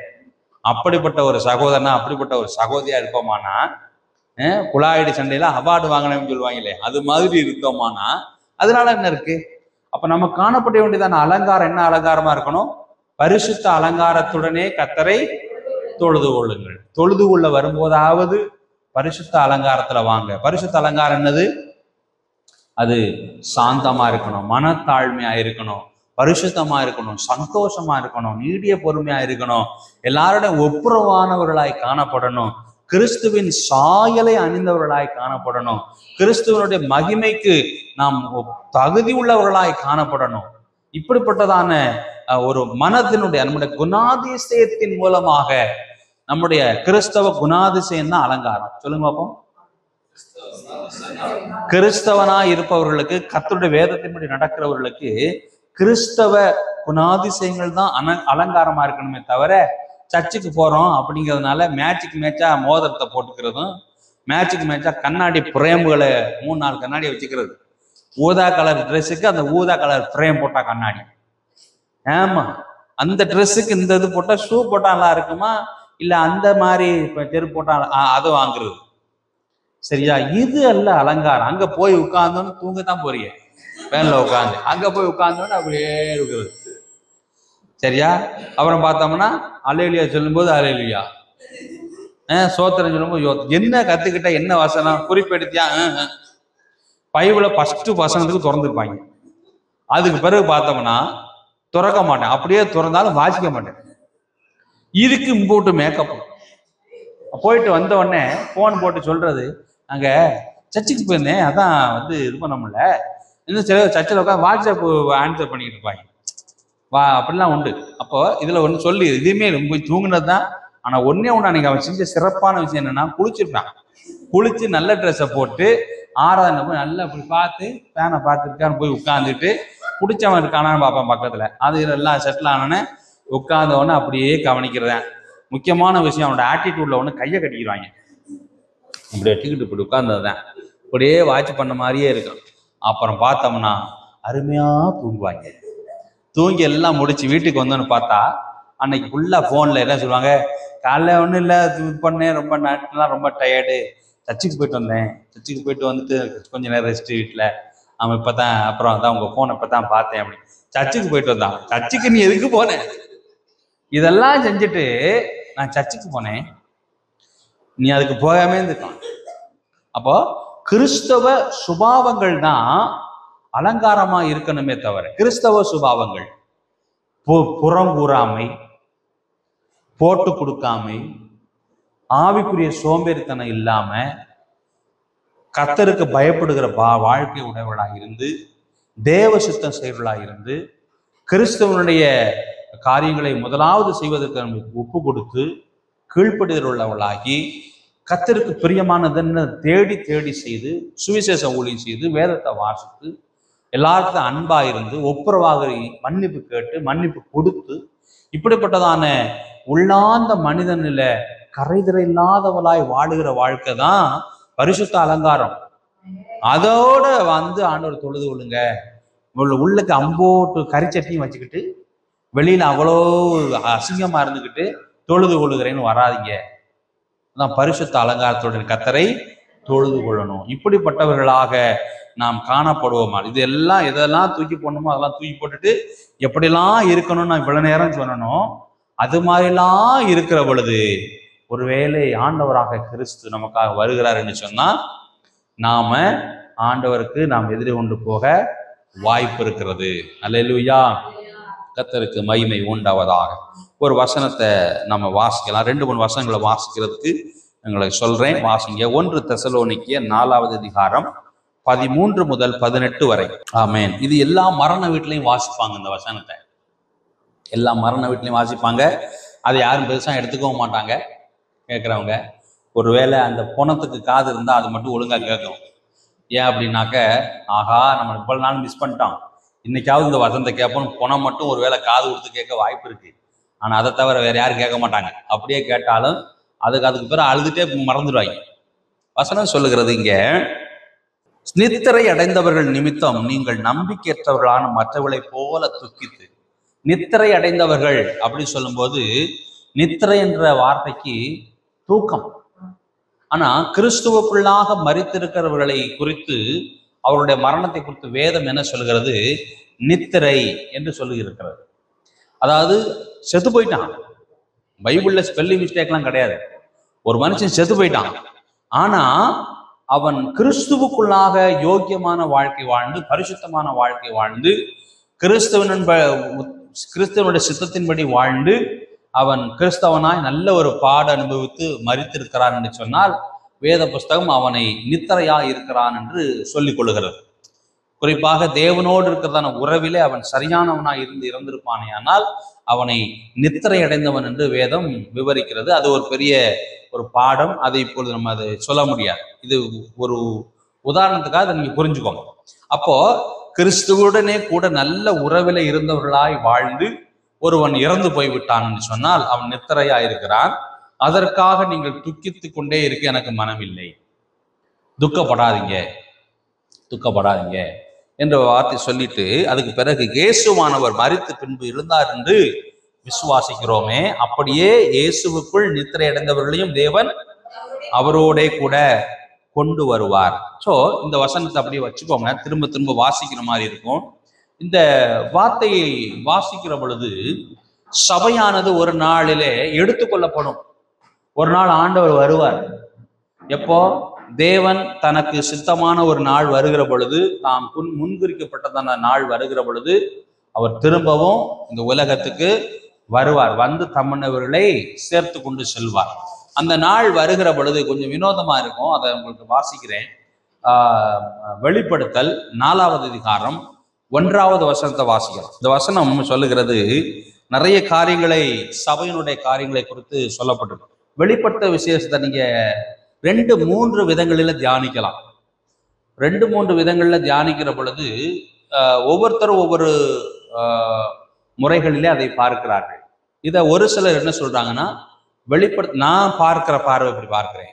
வெளிப்படுத்தின விசேஷமானது குரோனாலஜிக்கல் ஆர்டர், அதாவது காலண்டர் முறையில, அதாவது தொடக்கத்திலிருந்து இனிமே நடக்க வேண்டிய வரைக்கும் கரெக்டா எழுதப்பட்டிருக்குன்னு நான் நம்புறேன். சரியா? முதல் 3 அதிகாரங்கள் வருகிற பொழுது, 1ஆம் அதிகாரத்துல இந்த ஆண்டவருடைய மகிமைகள் சொல்லப்பட்டிருக்கிறது. இந்த வசனத்தை கேட்பவனும் வாசிப்பவனும் பாக்கியவான்லாம் சொல்லி. 2ஆம் அதிகாரம் மற்றும் 3ஆம் அதிகாரத்துல பார்க்கும் பொழுது 7 திருச்சபைகளினுடைய பெயரை சொல்லி ஒவ்வொரு திருச்சபையும் இப்படிப்பட்டதாக இருக்கிறதுன்னு சொல்லப்பட்டிருக்கிறது. இப்போ 7 திருச்சபைகள்ல ஆதி திருச்சபை, அதாவது திருச்சபை ஆரம்பித்த நாள்ல இருக்கிற திருச்சபையை குறித்து அதுக்கு ஒரு பேரை வச்சு ஆரம்பிச்சது. அப்போ ஒவ்வொரு காலகட்டத்தையும் திருச்சபையினுடைய ஒவ்வொரு காலகட்டத்தையும் 7ஆக பிரித்து கடைசி நாட்கள்ல கிறிஸ்துவனுடைய வருகைக்கு முன்னாடி இருக்கக்கூடிய திருச்சபை எப்படி இருக்கும் அப்படிங்கிறத நம்ம முதல்ல வாசித்தோம். நிர்பாக்கியம் உள்ளவனும் என்று வாசித்தோம். அதே போல அந்த 2ஆம் அதிகாரத்துல பார்க்கும் பொழுது எபேசு சபையின் தூதனுக்கு நீ எழுத வேண்டியது என்னவென்றால் அப்படி சொல்லி உன் கிரியைகளையும் உன் பிரயாசத்தையும் உன் பொறுமையும் உன் பொல்லாதவர்களை சகிக்கூடாது இருக்கிறதையும் அப்படிலாம் சொல்லி 4ஆம் வசனத்துல நீ ஆதியில் கொண்டிருந்த அன்பை விட்டா என்று உன்பேர் எனக்கு. இது எப்பன்னா சபை காலங்கள் தொடங்கின பொழுது இருந்தான விசுவாச மக்களுடைய மனநிலை. அப்போ உள்ள சபை இப்படிதான் இருந்துச்சு. அப்புறம் அடுத்த சபையை பத்தி பேசும்போது அடுத்த காலத்துல சபையானது மக்கள் எப்படி இருந்தாங்க, அப்புறம் கொஞ்ச நாள் ஆனோன்னா அடுத்த சபையை குறித்து சொல்லும்போது அப்போ உள்ள மக்கள் எப்படி இருந்தாங்க என்று சொல்லி இது ஒரு வரிசையாக சொல்லப்பட வேண்டியதான ஒரு காரியம். அப்போ அந்த வகையில 7வது திருச்சபை காலம் என்று சொல்லும்போது 7வது திருச்சபை எப்படி இருந்துச்சுங்கிறத நம்ம இப்போ வாசிச்சோம். அப்போ அது லவோதிக்கேயா திருச்சபை, அந்த சபையை காரணமாக வைத்து ஒரு எக்ஸ்பிளனேஷன் கொடுக்கப்பட்டிருக்கிறது. அப்போ அது போலதான் இந்த கடைசி காலங்கள் சபைகள் இருக்கிறது என்று சொல்லி நாம் புரிஞ்சுக்கிறோம். இப்ப கடைசி காலத்துல இந்த மாதிரி சபை இருக்குது. இது முடிந்த பிறகு சபையினுடைய காலங்கள் முடிகிற அந்த கடைசி நாட்கள் முடிந்த பிறகு ஆண்டவருடைய வருகை வரணுமா இல்லையா? அந்த வருகை பத்தி சொல்றதுதான் 4ஆம் அதிகாரம். அப்படி ஆண்டோடைய ரகசிய வருகையிலிருந்து ஆரம்பித்து புதிய வானம் புதிய பூமி வரைக்கும் வெளிப்படுத்த வசனம் அப்படியே கரெக்டா ஆர்டர் படிதான் போய் கொண்டிருக்கிறது என்று சொல்லி நான் வேதத்தை தியானிக்கிறேன். சரி, இதுல 4ஆம் அதிகாரம் 1ஆம் வசனம் சொல்லப்பட்டிருக்குது. இவைகளுக்கு பின்பு இந்த சபையெல்லாம் சொல்லியாச்சு, சபை காலங்கள் எல்லாம் சொல்லியாச்சு. இவைகளுக்கு பின்பு ஆண்டோட வருகை வரப்போகுது. அப்ப இவைகளுக்கு பின்பு இதோ பரலோகத்தில் திறக்கப்பட்டிருந்த ஒரு வாசலை கண்டேன். முன்னே எக்கால சத்தம், எப்படி சத்தம் போல? எக்கால சத்தமா எக்கால சத்தம் போலவா? எக்கால சத்தம் கிடையாது. சில இடத்துலலாம் பார்த்தோம்னாக்க எக்கால சத்தம் வாசிக்கிற மாதிரி பிபி ஊதுற மாதிரிலாம் பொம்மையெல்லாம் போட்டு வச்சுருப்பாங்க எக்கால. அதே மாதிரி பரிசுத்த ஆவியானவர் புறாவை போல ஆனவங்க எல்லாம் புறாவே வரைஞ்சி வச்சிருப்பாங்க. சரியா? அது புரிஞ்சுக்கிறதுக்காக வச்சுக்கோம், பரவாயில்ல, போயிட்டு போகுது. ஆனா இங்க எக்கால சத்தம் போல அப்படின்னு சொல்லப்பட்டிருக்கு. காரணம்னா இதுக்கு முன்ன பின்ன ஆண்டோட சத்தத்தை எவனும் கேட்டதில்லை. ஆனா அந்த சத்தத்தை நான் விவரிக்கணும், எப்படின்னு சொல்றேன்னு தெரில. இப்போ உதாரணத்துக்கு பார்த்தோம்னா சொல்லுவாங்க, இந்த சப்போட்டா பழத்தை சாப்பிட்டு பாரு, அப்படியே சாப்பிட்டா தேன் போல இருக்கு, தேனாமிர்தம் மாதிரி இருக்கியா அப்படிமா. தேனாமிர்தம்னா என்னன்னு கூட தெரியாது. ஆனா எக்ஸ்பிளைன் பண்றதுக்காக அதை ஒப்பனையா சொல்லுவாங்க. அப்படியே வச்சோம்னா நாக்கில் வச்சோம்னா அப்படியே ஐஸ்கிரீம் மாதிரி உள்ள போகுது அப்படிமா. ஆக அதை புரிய வைப்பதற்காக ஒரு எடுத்துக்காட்டை சொல்லுவது போல. ஆனா அதுக்காக அது ஐஸ்கிரீம் கிடையாது, அது சப்போட்டாவே. அது போல இங்க எக்கால சத்தம் போல ஒரு சத்தம் அங்க உண்டாகிறதாக சொல்லப்படுது. அது என்ன வசனம் சொல்லுதுன்னா, என்னோட வசனம் கேட்கும் சத்தமானது இங்கே ஏறி வா, இங்கே ஏறி வா. யார சொல்றாங்க? சபையை பார்த்து சொல்லப்படுகிற ஒரு சத்தம், இங்கே ஏறி வா அப்படிங்கிற சத்தம் சொல்லப்படுகிறது. இவைகளுக்கு பின்பு சம்பவிக்க வேண்டியவளை உனக்கு காண்பேன் என்று விளம்பினது. இப்ப சபையை பார்த்து ஆண்டவர் என்ன சொல்கிறாரு? இங்கே ஏறி வா அப்படிங்கிறாரு. வேத புஸ்தகத்துல கிறிஸ்துவின் நாள் அப்படிங்கிற வசனம் எங்கெல்லாம் நீங்க பாக்குறீங்களோ அதுக்கு பேரு ரகசிய வருகை. ரகசிய வருகைன்னு இருக்காது, கிறிஸ்துவின் நாள்னு போட்டிருக்கும். அதே போல கர்த்தருடைய நாள் அப்படின்னு வசனம் போட்டிருந்ததுன்னா அது பகிரங்க வருகை. சரியா? கர்த்தருடைய நாள் பயங்கரமா இருக்கும், மப்பு மந்தாரமா இருக்கும் அப்படிலாம் வசனம் வாசிச்சு. இப்ப கிறிஸ்துவின் நாள் சொல்லும்போது ரகசிய வருகை. இங்க சொல்லப்பட்டிருக்கிறது ரகசிய வருகை. சபையானது ரகசியமாய் எடுத்துக்கொள்ளப்படுகிறது குறித்து இங்க போடப்பட்டிருக்கிறது. அப்போ இங்கே ஏறி வா. அப்ப ரகசிய வருகையில ஆண்டவர் பூமியில கூப்பிட மாட்டாரு. என்ன செய்வார் ஆண்டவர்? நம்மளதான் கூப்பிடுறாரு. இங்கே ஏறி வா அப்படிம்பார். பூமியில இருக்கிற நாம் என்ன செய்வோம்? இங்க இருந்து ஏறி ஆண்டவர்கிட்ட நாம போயிடுவோம். ஆண்டவர் நம்மளை இங்க கூப்பிட மாட்டார் ரகசிய வருகையில. வா அப்படிம்பார். அது யாருக்கு கேட்கும் அப்படின்னு சொன்னா, யாரெல்லாம் தேவன் விரும்புகிற பிரகாரமாய் பரிசுத்த அலங்காரத்தோடு தொழுது கொள்வர்களாய் இருக்கிறார்களோ, எவர்களெல்லாம் தேவனுடைய சித்தத்தின்படியே வாழ்ந்து பரிசுத்தத்தை காத்து கொண்டு கரைதரை முதலாய் அற்றவர்களான ரட்சிப்பின் வஸ்திரத்தை தரித்து கொண்டவர்களாய் வாழுகிறார்களோ அவங்களுக்கு மட்டும்தான் அந்த சத்தம் கேட்கும். இப்போ இங்கே எவ்வளவு பேர் இருக்கோம், திடீர்னு இங்கே ஏறி வா அப்படின்னு சொன்னா யார் பரலோகத்துக்கு போவதற்கு தகுதியும் பாத்திரவான்களும் பரிசுத்தம் உள்ள வாழ்க்கை வாழுகிறார்களோ அவங்க காதுக்கு மட்டும்தான் அந்த வார்த்தை தெரியும், கேட்கும். அவங்க மட்டும் என்ன செய்வாங்க, திடீர்னு காணாம போயிடுவாங்க. மற்றவங்க எல்லாம் காதுலயே கேட்டாலும் போக இல்லையா, அது அவளுக்கு கேட்டா. அப்போ இங்கே ஏறி வா என்ற சத்தம் கேட்ட உடனே அந்த வார்த்தைக்கு கீழ்ப்படிந்து நம்முடைய ஆத்துமா இங்க இருந்து போயிடும். சில இடத்துல பார்த்தா வீடியோல போட்டோலாம் பார்த்தோம்னா மனுஷன் திடீர்னு வெள்ளை ட்ரெஸ் போட்டு சொயின்னு மேலே போறதா காமிப்பாங்க. சரீரம்லாம் போகாது, சரீரங்கன்னு தான் கிடக்கும். சில வீடியோல நான் பார்த்துருக்கிறேன், ட்ரெஸ் மட்டும் அப்படியே கிடக்கும், உடம்ப காணாம போயிடும். மாம்சமும் ரத்தமும் பரலோகத்தை சுதந்திரிப்பதில்லை. ஆண்டவர் உடம்ப கொண்டு போய் என்ன பண்ண போறாரு, போற வழியை அட்டாக் வந்து கீழே இருந்தா விழுந்து போகணும், அதெல்லாம் இல்லை. திடீரென்று சரீரம் இருக்கும், அது மறைஞ்சிரும். ஆனா அங்க போறது ஆத்மா மட்டும்தான் போகும். அப்போ இங்க ஏறிவாங்கிற சத்தம் கேட்ட உடனே அவரவர் இங்க இருந்து போய்விடுவாங்க, மிஸ் ஆயிடுவாங்க. எப்படி போவாங்க என்னன்னு நான் தெரியல, நான் போற அன்னைக்கு பார்த்து சொல்றேன். அது மாதிரி என்ன மிஸ் ஆயிடுவாங்க. அப்போ வேதவசனம் சொல்லுகிறது, நீங்களும் நானே சொல்லுவோம், கண் இமைக்கும் பொழுதிலே என்ன ஆகும், அதுதான் பாயிண்ட், மறுரூபமாவோ. உங்களுக்கு ஒரு ஞாபகம் சொல்றேன், ஆண்டவராய் இயேசு கிறிஸ்து மறுரூப மலையில தான் யாருன்னு மறுரூபமாயி காமிச்சாரு. அது எப்படி இருந்துச்சான், மறுரூபமாயி காமிக்கும் பொழுது எப்படி இருந்துச்சுன்னா அவரோட முகம் பிரகாசமா இருந்துச்சு. கிறிஸ்துவானவர் மறுரூப மலையில தான் யாருன்னு மறுரூபமாயி காமிக்கும் பொழுது அவரோட முகம் சூரியனை போல பிரகாசமா இருந்துச்சு. அப்போ நாமளும் ஒரு நொடி பொழுதுல ஒரு கண்ணிமைக்கு நிறத்துல மறுரூபம் ஆயிடுவோம். மறுரூபம் ஆகும் பொழுது அப்ப நாமளும் எப்படிப்பட்டவா இருக்கோம், பிரகாசம் ஆயிடும், அல்லது பிரகாசம் உள்ள இடத்துல நம்ம கரைஞ்சு போயிடும் இல்லையா. ஒரு பெரிய ஒரு வெளிச்சத்துக்குள்ள நாம எல்லாம் உள்ள கடந்து போயிடுவோம். என்ன 1,00,000 வாட்டு பல்பு வெளிச்சம் இருக்கிற இடத்துல நம்ம உள்ள போன மாதிரி போனா நம்ம சட்டையெல்லாம் அப்படியே பலபலன்னு இருக்கிற மாதிரி தோணும் அந்த நேரத்துல. அது போல நாம் எல்லாரும் மறுரூபமாகுவோம்.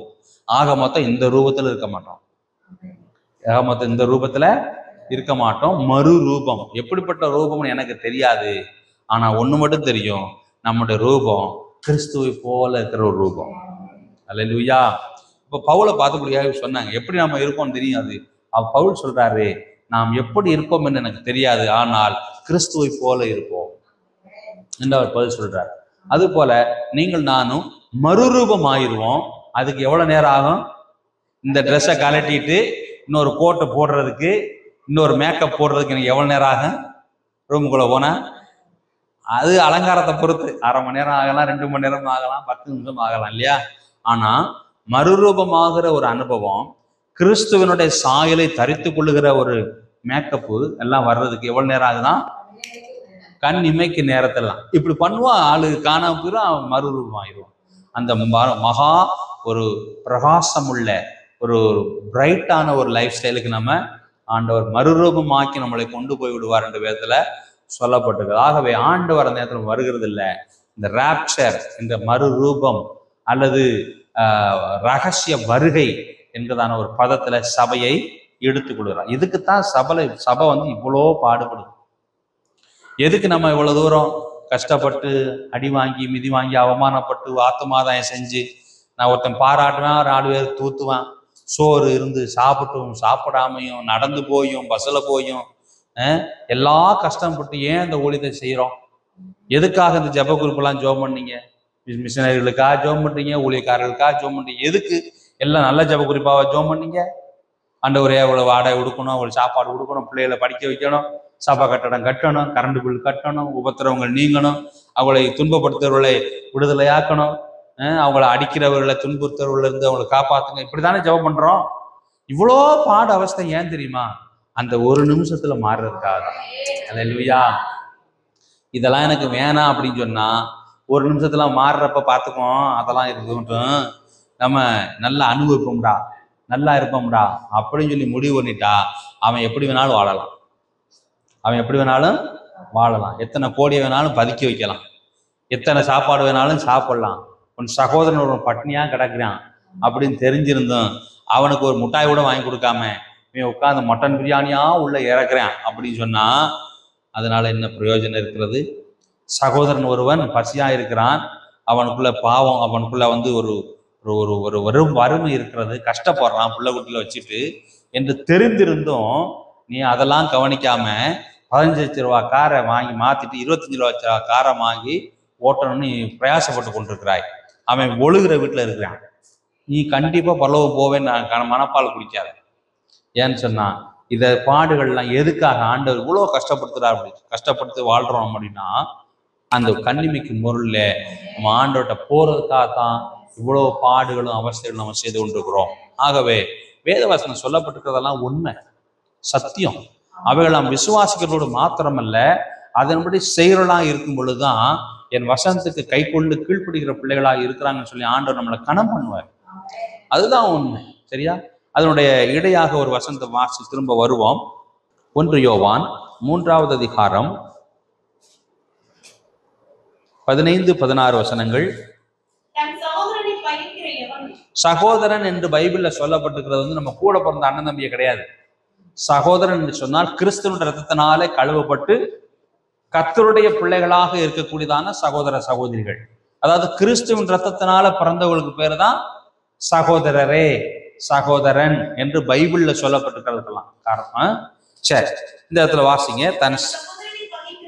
தன் சகோதரனாகிய கர்த்தருடைய பிள்ளையை பகைக்கிற எவனும் மனுஷ கொலைபாதகனாய் இருக்கிறான். மனுஷ கொலைபாதகன் எவனோ அவனுக்குள்ள நித்திய ஜீவன் நிலைவராது என்று அறிவீர்கள். பாருங்க என்ன அர்த்தம்னா, வசனம் சொல்லுகிறது வெளிப்படுத்த விசேஷத்தையும் சரி ஒரு வசனம் காணப்படுதல்ல.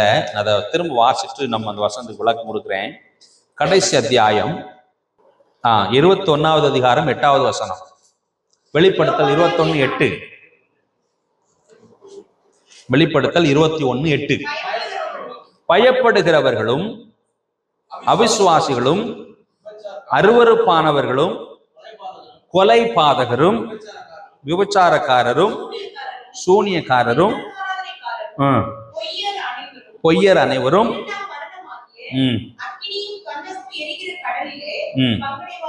யாரு இதுல கொலைகாரர்களும் இருக்கிறாங்க இல்லையா, கொலை பாதகரும் இருக்கிறார்கள். இங்க 15ஆம் வசனம் சொல்லப்பட்டிருக்கிறது, தன் சகோதரனை பகைக்கிற எவனும் மனுஷ கொலை பாதகனாய் இருக்கிறான். அப்ப என்ன அர்த்தம்? வெளிப்படுத்தல் 21:8 சொல்லுகிறது கொலை பாதகர்களும் அக்கினி கடவுளே பங்கடைவார்கள். நம்ம நினைக்கிறோம் கொலைபாதம்னா கத்தி எடுத்து ஒரு சகோதரனை வயிற்றுல சதக்குன்னு குத்தி குடலை உருவுறவன் தான் கொலைபாதகன்.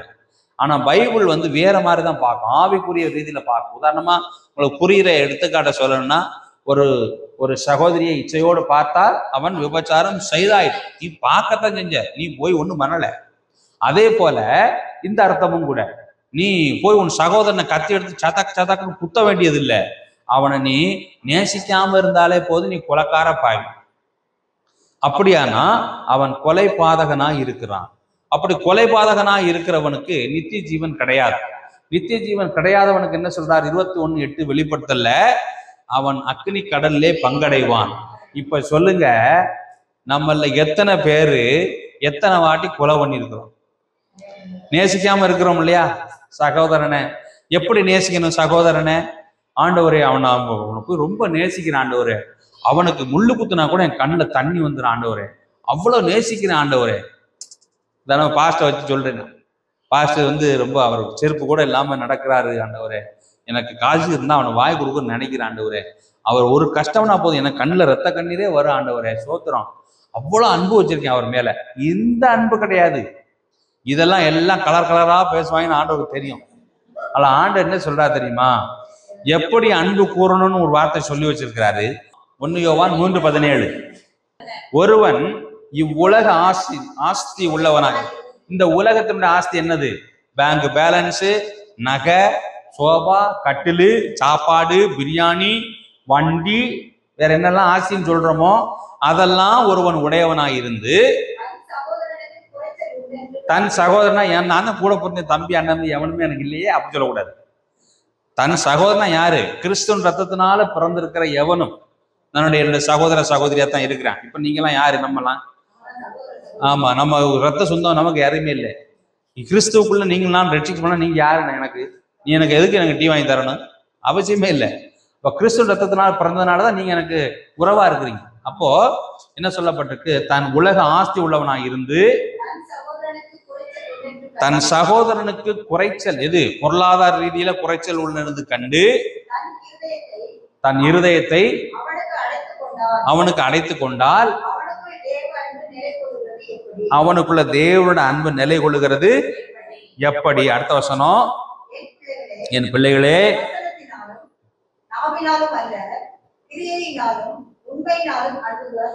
இது மாதிரி கிரியையினாலும் உண்மையினாலும் அன்பு கூறாம டயலாக் மட்டும் பேசிட்டு பார்த்தா வசனம் சொல்லுது. வசனத்தினாலும் அல்ல, நாவினாலும் அல்ல. பிரசங்கத்தை பண்ணிட்டு அல்லேலூயா கர்த்தர் உங்களை நேசிக்கிறான் பிரசங்கம் பண்ணிடுறது. அங்கிட்டு பார்த்தோம்னா அப்படியா பிரதர், ஸோ ரொம்ப ஒல்லியாயிட்டீங்க, நல்லா சாப்பிட்டுங்க, பிரைஸ் தி லார்ட், ஹல்லேலூயா, நல்லா இருக்கீங்களா சிஸ்டர், எப்படி இருக்காங்க, அப்படி நாவினால பல டயலாக் கலர் கலரா பேசுறது. பேசிட்டு அதான் சொல்றது, வசனத்தினாலும் நாவினாலும் அல்ல, கிரியைகளினாலும் உண்மையினாலும் அன்பு கூறணும். இந்த மாதிரி அன்பு கூறலைன்னா நீ கொலைக்கார பாவி. நீ போய் கத்தி எடுக்க வேண்டாம், குத்த வேண்டாம், குடலை உருக வேண்டாம். ஆனா வசனம் சொல்லுது, நீ மனுஷ கொலை பாதகனாய் இருக்கிறாய். நீ இப்படிப்பட்ட சகோதரனை, உன் சக சகோதரனை, விசுவாசிகளை, சக சகோதரிகளை, அவர்கள் ஆகாரம் இருக்கா இல்லையா, பிள்ளைய படிக்குதா படிக்கலையா, ட்ரெஸ் இருக்குதா இல்லையா, அவனுக்கு கஷ்டமா இருக்குதா, அவன் சொல்லாமலாம் சில பேர் கௌரவம் கருதி வெளியே சொல்லவே மாட்டாங்க, ரொம்ப கஷ்டப்படுவான். நீங்க தான் பார்த்து கண்டுபிடிச்சு அவங்களுக்கு செய்யணும். ஏன் பிரதர் சொல்லக்கூடாதா, இவ்வளவு கஷ்டப்பட்டீங்க சொன்னீங்க தான், நான் இது என்கிட்ட இல்லதான் இருந்தாலும் சொல்லியிருந்தா நான் அதை கூட செஞ்சிருக்க மாட்டேனா, என்ன பிரதர் ஒரு 500 ரூபா என்னால கொடுக்க முடியாம போயிருக்கோம், நீங்க ஏன் அப்படி இருந்திருக்கீங்க, என்ன பிரதர் நீங்க சொல்லணும் பிரதர், என்ன நீங்க இப்படி எல்லாம் இருக்கீங்க, நம்ம அப்படியா பழகுறோம்னு சொல்லுவேன். நான் சொல்றேன், இவ்வளவு டைலாக் பேசுறீல, நீ 500 ரூபா கொடுத்தா வாங்கி சாக்கடையில ஓடுவாரு, குடுவே. இதெல்லாம் சொல்லாமே அவர்கிட்ட 5000 இருக்கட்டும் பாக்கெட்ல, நீ ஒரு 500 ரூபா எக்ஸ்ட்ரா கொடுத்துட்டு போவே, என்னப்ப அவருக்கு வாய்ப்பு தான் திருப்பி தருவாரு, இல்லை வாய்ப்பு இல்லைன்னா அவர் பிள்ளை குட்டியே பிஸ்கட் வாங்கி சாப்பிடணும், போயிட்டு போகுது. இதை செய்ய மாட்டாங்க. டைலாக் பாசனா அவர் பார்ப்பா, பிரதருக்கு நம்ம மேல எவ்வளவு அன்பு, அவர்கிட்ட இருந்துதான் கொடுத்துருக்கதான் செய்வார் போல, என்ன ரொம்ப அன்பா இருந்திருக்காரு அப்படின்ட்டு முடிஞ்சா இவன் ஒரு 100 ரூபா கடன் வாங்கி அவருக்கு கொடுத்து அனுப்பாம போல இருக்கு, அப்படி டைலாக் பேசிட்டு வாரு. அப்படிலாம் இல்லை, நாவினாலும் வசனத்தினாலும் அல்ல, கிரியைகளினாலும் உண்மையினாலும் இப்படி அன்பு கூறலைன்னா அவனுக்கு ஆண்டவர் சொல்ற காரியம் என்ன செய்வான், அவன் வெளிப்படுத்த 21:8 அவன் கொலை பாதகரும். இப்ப பாத்தீங்கன்னா இதுல நிறைய பாவங்கள்ல நிஜமா கொலை பண்ணவன் ஒரு பக்கம் அவன் ரட்சிக்கப்பட்டு ஆரம்பிச்சிடும். உதாரணமா ஒருத்தன் இருக்கான், நிஜமாவே கொலை பண்ணிட்டான், சிறைச்சலை போட்டு அவனை 20 வருஷம் கடுங்காவல் தண்டனை போட்டு ரிலீஸ் ஆகி வந்துட்டான், வயசாய வெளியில வந்துட்டான். வரும்போது சிறைச்சாலையில சுவிசேஷம் சொல்லியிருக்கான், ரட்சிக்கப்பட்டான். ஆண்டவருக்கு உண்மையா அப்ப ரட்சிக்கப்பட்டு சபையில இருந்து ஞானம் எடுத்து ஆண்டவருக்கு உண்மையா ஒருத்தன் வாழ்ந்துட்டு இருக்கிறான்னு வச்சுக்குவோம். ஆண்டவர் அவனை நேசிப்பாரு, நேசிக்க மாட்டாரா? நல்லவே அவனை பழசெல்லாம் ஆண்டவர் கணக்குல வைக்க மாட்டாரா இல்லையா? நல்ல விதம் நம்மளும் மற்ற சகோதரர் கொலையே செய்யாதவனும் கொலை செஞ்சு ஜெயிலுக்கு போயிட்டு வந்தவனும் ஒரே மாதிரி திருந்து கொடுப்போம். அப்படித்தான் ஆண்டவர் நேசிக்கிறாரு. இது கூட பரவாயில்ல. ஆனா கொலையே நிஜமா கொலை ரத்தம் வர்ற மாதிரி கொலை செய்யாம, இந்த மாதிரி சகோதரன் நேசிக்காம தன் இருதயத்தை அடைத்து கொண்டு தன் உலக ஆஸ்தி உடையவனா இருந்து தன் கஷ்டப்படுகிற சகோதரனுக்காக கொஞ்சம் கூட இரக்கம் பாராட்டாம இருதயத்தை அடைத்து கொண்டு கண்டும் காணாத மாதிரி நீ மட்டும் போய் எல்லாம் வாழ்ந்து தின்னுக்கிட்டு இருந்தீங்கன்னா நீ அப்பதான் நீ கொலைகாரன். ஆண்டோட பார்வையில நிஜ கொலைகாரன் கூட பெருசு இல்லை. ஆனா இப்படிப்பட்ட கொலைகாரனை ஆண்டு விடவே மாட்டாரு, அவனுக்கு தான் அந்த நரகம். நான் சொல்ற புரியுதா? நெச கொலைகாரனை கூட ஆண்டவர் மன்னிச்சு ஏத்து ஞாபகம் எடுக்க வச்சு அவனை ஆறுதல் படுத்தி அவனை திருவந்து கொடுத்து ஏத்துக்கிடுவாரு சபையில. ஆனா இந்த மாதிரி கொலைகாரனை ஆண்டவர் சும்மா விடாம வெளிப்படுத்த 21:8 உண்ட நிப்பாட்டிடுவார். அப்ப எதுக்கு நம்ம பயப்படணும்? அப்போ இன்னைக்கு கடைசி நாட்கள்ல வாழுகிற சபையார் இப்படிப்பட்டதான ஒரு பாவத்துல காணப்படுவோமே. ஆனால் பொய்யர் அப்படின்னு ஒரு வார்த்தை போட்டிருக்கு. பொய் சொன்னதுல பொய். நான் என்ன பெரிய பாவம் நான் என்ன பண்ணேன்? நாங்கள் ஆண்டவரே அறிந்தும் அறியாமலும் செய்த பாவங்களை என்ன அறிந்து அறியாமலும் பொய் சொன்னேன். நான் கொலையா பண்ணிவிட்டேன், ஒரு பொய் சொன்னேன். ஆண்டவர் ரெண்டையும் ஒன்னாத்தான் வைக்கிறார். கடைசி பாயிண்டே பொய்யர் அனைவரும் இரண்டாம் மரணம் ஆகிய அக்கினி கடலை பங்கு தான் போட்டிருக்கு. பொய் சொன்னாக்க ஆண்டவர் வந்து அதை 1 மார்க் மாதிரி விட்டுறாரு, 1 மார்க் ஆன்சர் மாதிரி வச்சுக்கிடுவாரு. கொலை பண்ணாக்க 10 மார்க் ஆன்சர் மாதிரி அதை ரைட்டு போட்டு பெருசாக ஆக்கிடுவாரு. அதெல்லாம் கிடையாது. எல்லாமே ஒரே கணக்கு தான். ஏன் ஒரு கணக்கா வைக்கிறா தெரியுமா? இருதயத்தை தான் ஆண்டவர் பார்க்கிறார். இருதயத்தில் நீ எப்படி புராடா இருக்கேங்கிறதா முக்கியமே தவிர நீ எப்படி போய் சொன்ன, எதுக்காக சொன்னதெல்லாம் ஆண்டவர் கணக்கு இல்லை. இருதயத்தை தான் ஆண்டவர் எடை போடுறார். ஆகவே இப்படிப்பட்டதான காரியங்கள் வைக்கிற பொழுது திடீரென்று ஆண்டோட வருகை வருமானால், திடீரென்று எடுத்துக்கொள்ளப்படுகிற ஒரு சூழ்நிலை வருமானால் எப்படி அது உள்ளதாய் காணப்படும்.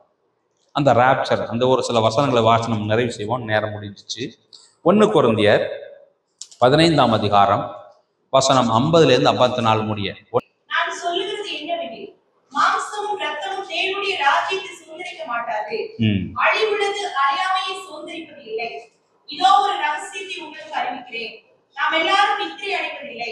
ஆகிலும் கடைசி காலம் தொனிக்கும் போது ஒரு நிமிஷத்திலே, ஒரு இமைப்பொழுதிலே நாம் எல்லாரும் மறுரூபம் ஆக்கப்படுவோம். எக்காலம் தொனிக்கும். அப்பொழுது மரித்தோர் அழிவில்லாதவர்களாய் எழுந்திருப்பார்கள். நாமும் மறுரூபம் ஆக்கப்படுவோம். இது வந்து இந்த ராப்சருக்கு அடுத்தபடியா பேச வேண்டியதான வார்த்தைகள். அதனால இந்த ராப்சரோடு நான் இன்னைக்கு ஆண்டவருடைய வருகை, ரகசிய வருகையோடு நான் முடிக்கிறேன். மண்ணானவன் எப்படிப்பட்டவனோ மண்ணானவர்களும் அப்படிப்பட்டவர்களே. வானத்துக்குரியவராகிய கிறிஸ்து எப்படிப்பட்டவரோ நாம் மறுரூபமாக்கப்பட்டு வானத்துக்குரியவர்களாய் ஆக்கப்பட்ட பிறகும் நாம் அப்படியே இருப்போம். மேலும் மண்ணானுடைய, அதாவது ஆதாமினுடைய சாயலை நாம் அணிந்திருக்கிறது போல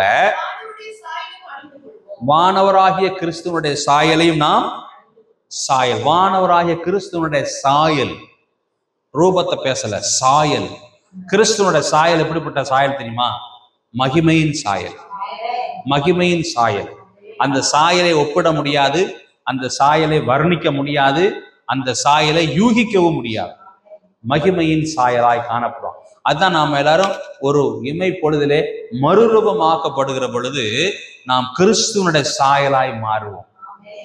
கிறிஸ்துவனுடைய மகிமைக்கு ஒப்பான சாயலை மாறிடுவோம். நாம எப்படி இருப்போம் தெரியாது, ஆனா கிறிஸ்துவை போல கிட்டத்தட்ட இருப்போம் என்று சொல்லி நாம் யூகிக்கலாமே தவிர அது எப்படி இருக்கும் ஒழுங்காய் திருஷ்டாந்தமாய் யாருக்கும் சொல்ல வராது. ஏன்னா இது வரைக்கும் யாரும் அப்படி ஆகல, இனிமேதான் ஆக போறோம். ஆகையினால நாம் வானவருடைய சாயலையும் அணிந்து கொள்ளுவோம். ஆகவே இந்த ரகசியத்தை குறித்து உங்களுக்கு அறிவிக்கிறேன். 51ல நாம் எல்லாரும் நித்திரை அடைவதில்லை, ஆகிலும் கடைசி எக்காலம் தொனிக்கும் போது ஒரு நிமிஷத்தில, ஒரு இமை பொழுதில நாம் எல்லாரும் மறுரூபமாக்கப்படுவோம். அடுத்தது ஒரு மறுரூபமாக்கப்படும் ஒரு வசனம் இருக்குது. எக்காலம் தொனிக்கும், அப்பொழுது மரித்தோர் அழிவில்லாதவர்களாய் எழுந்திருப்பார்கள், நாமும் மறுரூபமாக்கப்படுவோம். பாருங்க, எல்லாம் அந்த எக்கால சத்தத்துக்காக தான் வெயிட்டிங். அந்த எக்கால சத்தம் என்ன சொல்லுது?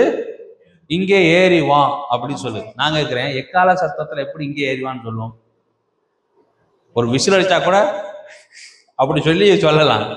எக்கால சத்தத்துல எப்படி பொறப்பான்னு சொல்லும்போது எப்படி ஏறிவான்னு சொல்ல முடியும்? அதுக்கு சொல்லலாம். இந்த பாத்தீங்கன்னா அந்த மிலிட்ரியில பார்த்தோம்னா திரும்பு அப்படிங்கிறதுக்கு ஒரு எக்கால சத்தம் வச்சிருக்கான். அபவுட் டர்ன் அப்படின்னா பொறப்பான்னு வச்சிருக்கான். நேரா போய்கிட்டே இருந்தா அதுக்கு வந்து டங்கர் ரங்கர் ரங் டங்கர் ரங்கர் ரங் அப்படின்னு வச்சிருக்கான் இல்லையா? எல்லாரும் உட்காரு அப்படின்னா அதுக்கு ஒரு மூலம் வச்சிருக்கான் இல்லையா? எல்லாரும் இருந்துச்சு குடுக்குடுன்னு ஓடு அப்படின்னா அதுக்கு ஒரு எக்காலம் வச்சிருக்கான். அப்போ அந்த எக்காலத்தை வந்து புரிஞ்சவன் அது மாதிரி செய்யறானா இல்லையா? இப்போ திடீர்னு பார்த்தா பிபி ஊதுறான், அப்புறம் போறப்ப எல்லாம் வச்சுட்டு போய் சாப்பிட போங்க அப்படிங்கிறதுக்கு ஒரு பிபி வச்சிருக்கான், ஒரு எக்கால சத்தம் வச்சிருக்கான். அது தெரிஞ்ச உடனே அந்த ராணுவ வீரர் தெரிஞ்சவன் எல்லாம் சாப்பிட ஓடுறான். அது போல நாம இது போல ஆண்டவருக்குண்டான பிள்ளைகளாய் வாழ்ந்து பரிசுத்தத்தை காத்து கொண்டிருக்கிற பொழுது எக்கால சத்தம் போன்ற ஒரு சத்தம் நமக்கு கேட்டுச்சுன்னா இங்க ஏறிவான்னு சொல்றதாக நமக்கும் தெரியும், நமக்கும் தெரியும். ஆனா அந்த பிராக்டிஸ் எல்லாம் அதுக்கு நான் வேடிக்கை பார்க்குறேன். மிலிட்ரி கிரவுண்டுக்கு வெளியே எனக்கு வேடிக்கை பார்க்குறேன். போறப்ப ஊதுறான். ஊதுன உடனே அவன் அது அதுக்கு தகுந்த மாதிரி உட்காடுறான், எந்திரிக்கிறான், ஓடுறான், குனிகிறான், திடீர்னு போட்டு ஓடுறேன். இதெல்லாம் அந்த மியூசிக்கை அவன் சொல்ல சொல்ல அவன் மாற்றி மாற்றி செய்கிறான். இதை நான் பார்த்துக்கிட்டு இருந்தேன்னா எனக்கு தெரியுமா? இப்போ அவன் ஊதுவேன், இப்போ பாரு நான் செய்கிறேன் அப்படின்னு சொன்னா அவன் திடீர்னு எல்லாத்தையும் கீழே போட்டு ஓடு அப்படின்னு சொல்லி ஒரு ஊதுறான். எனக்கு தெரியுமா? அது நான் பேசாம தான் இருப்பேன், எனக்கு தெரியாது. அது போல எக்கால சத்தத்துல சொல்லப்படுது, இங்கே ஏறி வா என்கிறதான எக்கால சத்தம் சொல்லுகிற பொழுது பரிசுத்தத்தை காத்து கொள்ளாமல் கர்த்தருக்கு பிரியமில்லாமல் வாழ்ந்து கொண்டிருக்கிற ஒருவனுக்கு அது புரியாததுனால அவன் பேசாம இந்த ஊர்ல இருந்துருவான். புரிந்தவன் மட்டும்தான் அதோடு சேர்ந்து ஆண்டவர் அவனை மறுரூபமாக்கி கொண்டு போயிடுவார். அல்லேலூயா. அங்க போன உடனே எங்க அம்மா செத்தவன ஏமாத்தி விட்டாங்க, அழுவாதடா, நம்ம பரலோகத்துக்கு போனா அம்மாவை பார்க்கத்தானே போறோம், அங்க போய் பார்ப்போம்டா ஒரு நாளைக்கு, நம்ம பார்க்க மாட்டோம்லாம் நினைக்காதடா அப்படின்னு சொல்லிட்டாங்க. நான் சொல்றேன், நாம எல்லாரும் மறுரூபம் ஆகிட்ட பிறகு எங்க அம்மா மூஞ்சி எப்படி பாக்குறது? நாமெல்லாம் மறுரூபம் ஆன பிறகு எப்படி இருப்போம்? கிறிஸ்துவின் சாயலை போல இருப்போம். இப்ப பார்த்தோம்னா இவரை பார்த்தாலும் கிறிஸ்து மாதிரி இருக்கு, அடுத்த ஆள் நிக்கிற ஆளை பார்த்தாலும் கிறிஸ்து மாதிரி. கிறிஸ்துன்னு சொல்ல முடியாது, கிறிஸ்துவா இருக்க மாட்டோம், கிறிஸ்துவனுடைய சாயலா இருக்கும். இவரை பார்த்தாலும் கிறிஸ்துவனுடைய சாயலா இருக்கு, அவரை பார்த்தாலும் இங்கிட்ட இருக்கிற எல்லாருமே குளோனிங் பண்ணப்பட்ட கிறிஸ்துவா இருப்பாங்க. கிறிஸ்துவின் சாயலாவே எல்லாரும் இருப்போம். அங்க எங்க அம்மாவே பக்கத்துல உட்கார்ந்தாலும் எங்க அம்மாவுக்கு எனக்கு நான் தான் என் மயன்னு தெரியாது, நான் தான் எங்க அம்மான்னு தெரியாது. நாங்க எல்லாம் என்ன ஏன் முடிஞ்ச பார்த்தா எப்படி இருக்கோம், எல்லாரும் இதையும் செராக்ஸ் எடுத்த மாதிரியே இருப்போம். கிறிஸ்துவின் சாயலாவே அம்பூட்டு பேர் இருப்போம். நம்ம எல்லாரும் அங்க போய் சந்திப்போமே தவிர இன்னாருதான் இன்னாருன்னு தெரியாது. சில பேர் போய் உணர்ச்சி வசப்பட்டு நான் போய் தாவீதுகிட்ட போய் பேட்டி எடுப்பேன், எப்படி போட்டு பாட்டை எழுதினேன், ஆபிரகாம்கிட்ட போய் பேசுவேன், தாத்தா ஆபிரகாம் எப்படி அவ்வளவு துணிச்சலா நீ மயனை வெட்ட போனேன் அப்படின்னு கேட்பேன். அதெல்லாம் சும்மா ஆறுதலுக்காக பேசுறது. பைபிள் படி பார்த்தா அங்க மாம்சமும் இரத்தமும் தேவனுடைய ராஜ்யத்தை சுதந்திரிக்கா. இங்க இருக்கிற எண்ணங்கள், இந்த பாஷைகள் அப்படியே கேட்டாலும் தாவீதுக்கு எப்படி தமிழ் தெரியும்? தாவீது பேசுற மொழி நமக்கு எப்படி தெரியும்? புரியுதா? அப்ப இதெல்லாம் நடக்கிற காரியம் இல்லை. என்னன்னா எல்லாரும் மறுதூரமாக்கி பரலோக ராஜ்யத்துல ஆண்டவர் வச்சுக்கிற மொழி, ஆண்டவர் வச்சுக்கிறதான பக்குவம், ஆண்டவர் வச்சுக்கிறதான உருவம், ஆண்டவர் வச்சுக்கிறதான உலகத்துல நம்ம போன பிறகு ஒண்ணு வேண்டாம். இந்த இருக்கிற வெளி மாநிலம் வெளிநாட்டுக்கு போயிட்டாலே நம்ம நினைச்ச மாதிரி வாழ முடியல. நம்ம நினைச்ச மாதிரி அவனை பார்த்து, இந்திக்காரனை பார்த்து சாப்பிட்டியா தம்பின்னு கேட்டா அவன் புரியாம முழிக்கிறான். ஒரு கல்கத்தாக்காரனை பார்த்தா, வெஸ்ட் பெங்கால்காரனை பார்த்தா தம்பி சாப்பிட்டியானா புரிய மாட்டேங்குது. அவனோட ட்ரெஸ் போடுறேன், என் ட்ரெஸ் பார்த்தா அவன் காமெடியா பாக்குறான். ஒரு மாநிலத்துக்கு மாநிலமே இப்படி இருக்குமா? பரலோகத்துக்கு போய் நாங்க போய் அவனை பார்த்து பேட்டி எடுப்பேன். அதுனா எப்படி எடுப்பேன்? எந்த மொழியில எடுப்பேன்? யாரை பார்த்து எடுப்பேன்? சாதாரணமான ஒரு ஒரு ஒரு ஒரு மந்திரியவே கிட்டத்துல போய் என்னால பார்க்க முடியல. அங்க போன விருட்டு நான் போனவன் எத்தனை பேர் பிளான் போட்டு வச்சிருப்பான், தாவீதை போய் பார்த்து பேசணும், தாவீதிட்ட போய் நான் பேட்டி எடுக்கணும், எத்தனை பேர் பிளான் போட்டிருப்பான். நடக்கிற விஷயமா அதெல்லாம்? அவர் ஆறுதலுக்காக பேசுறது அதெல்லாம் சரி, ஓகே. அதனால அவன் வசனம் சொல்லுகிறது, நீங்கள் நானும் மறுரூபமாகி நாம் மகிமையிலே பிரவேசிப்போம், கிறிஸ்துவை போல காணப்படுவோம். அது ஒரு வேறொரு வாழ்க்கை. மற்றபடி அடுத்த வாய்ப்பு இருக்குமானா நம்ம சிந்திக்க போற காரியம், நாம எடுத்துக்கொள்ளப்பட்ட பிறகு கைவிடப்பட்டவர்களாய் பூமியில கிடக்கிறதான சபை, பாஸ்டர்கள், விசுவாசிகள் என்ன நிலைமைக்கு ஆளாவாங்க? நம்ம போயிடுவோம், பத்த பத்தி கவலை இல்லை, சொல்றேன். எப்படி வருகையில நம்ம போயிடுவோம். ஒருவேளை பரிசுத்தம் இல்லாமல், தேவனுடைய சித்தம் இல்லாமல், இந்த மாதிரியான ஆவிக்குரிய வேசித்தனம் பண்ணி கொண்டு, அதே போல மனுஷ கொலைபாதகன் என்று சொல்லப்படுகிற போல அன்பில்லாமல் வாழ்ந்து கொண்டுகிற ஜனங்கள் இருப்பார்கள்னா ஆண்டவர் கைவிட்டு விட்டுவார்கள் சொன்னா சபையே கைவிடப்படும். பாஸ்டர்களும் இருப்பாங்க கைவிடப்பட்டு, பாஸ்டர்களும் கிடப்பாங்க, விசுவாசிகளும் கிடப்பாங்க. அப்படியானா அவர் நிலை என்னவாகும்? இப்ப ரெண்டா பெரியது கணக்கு.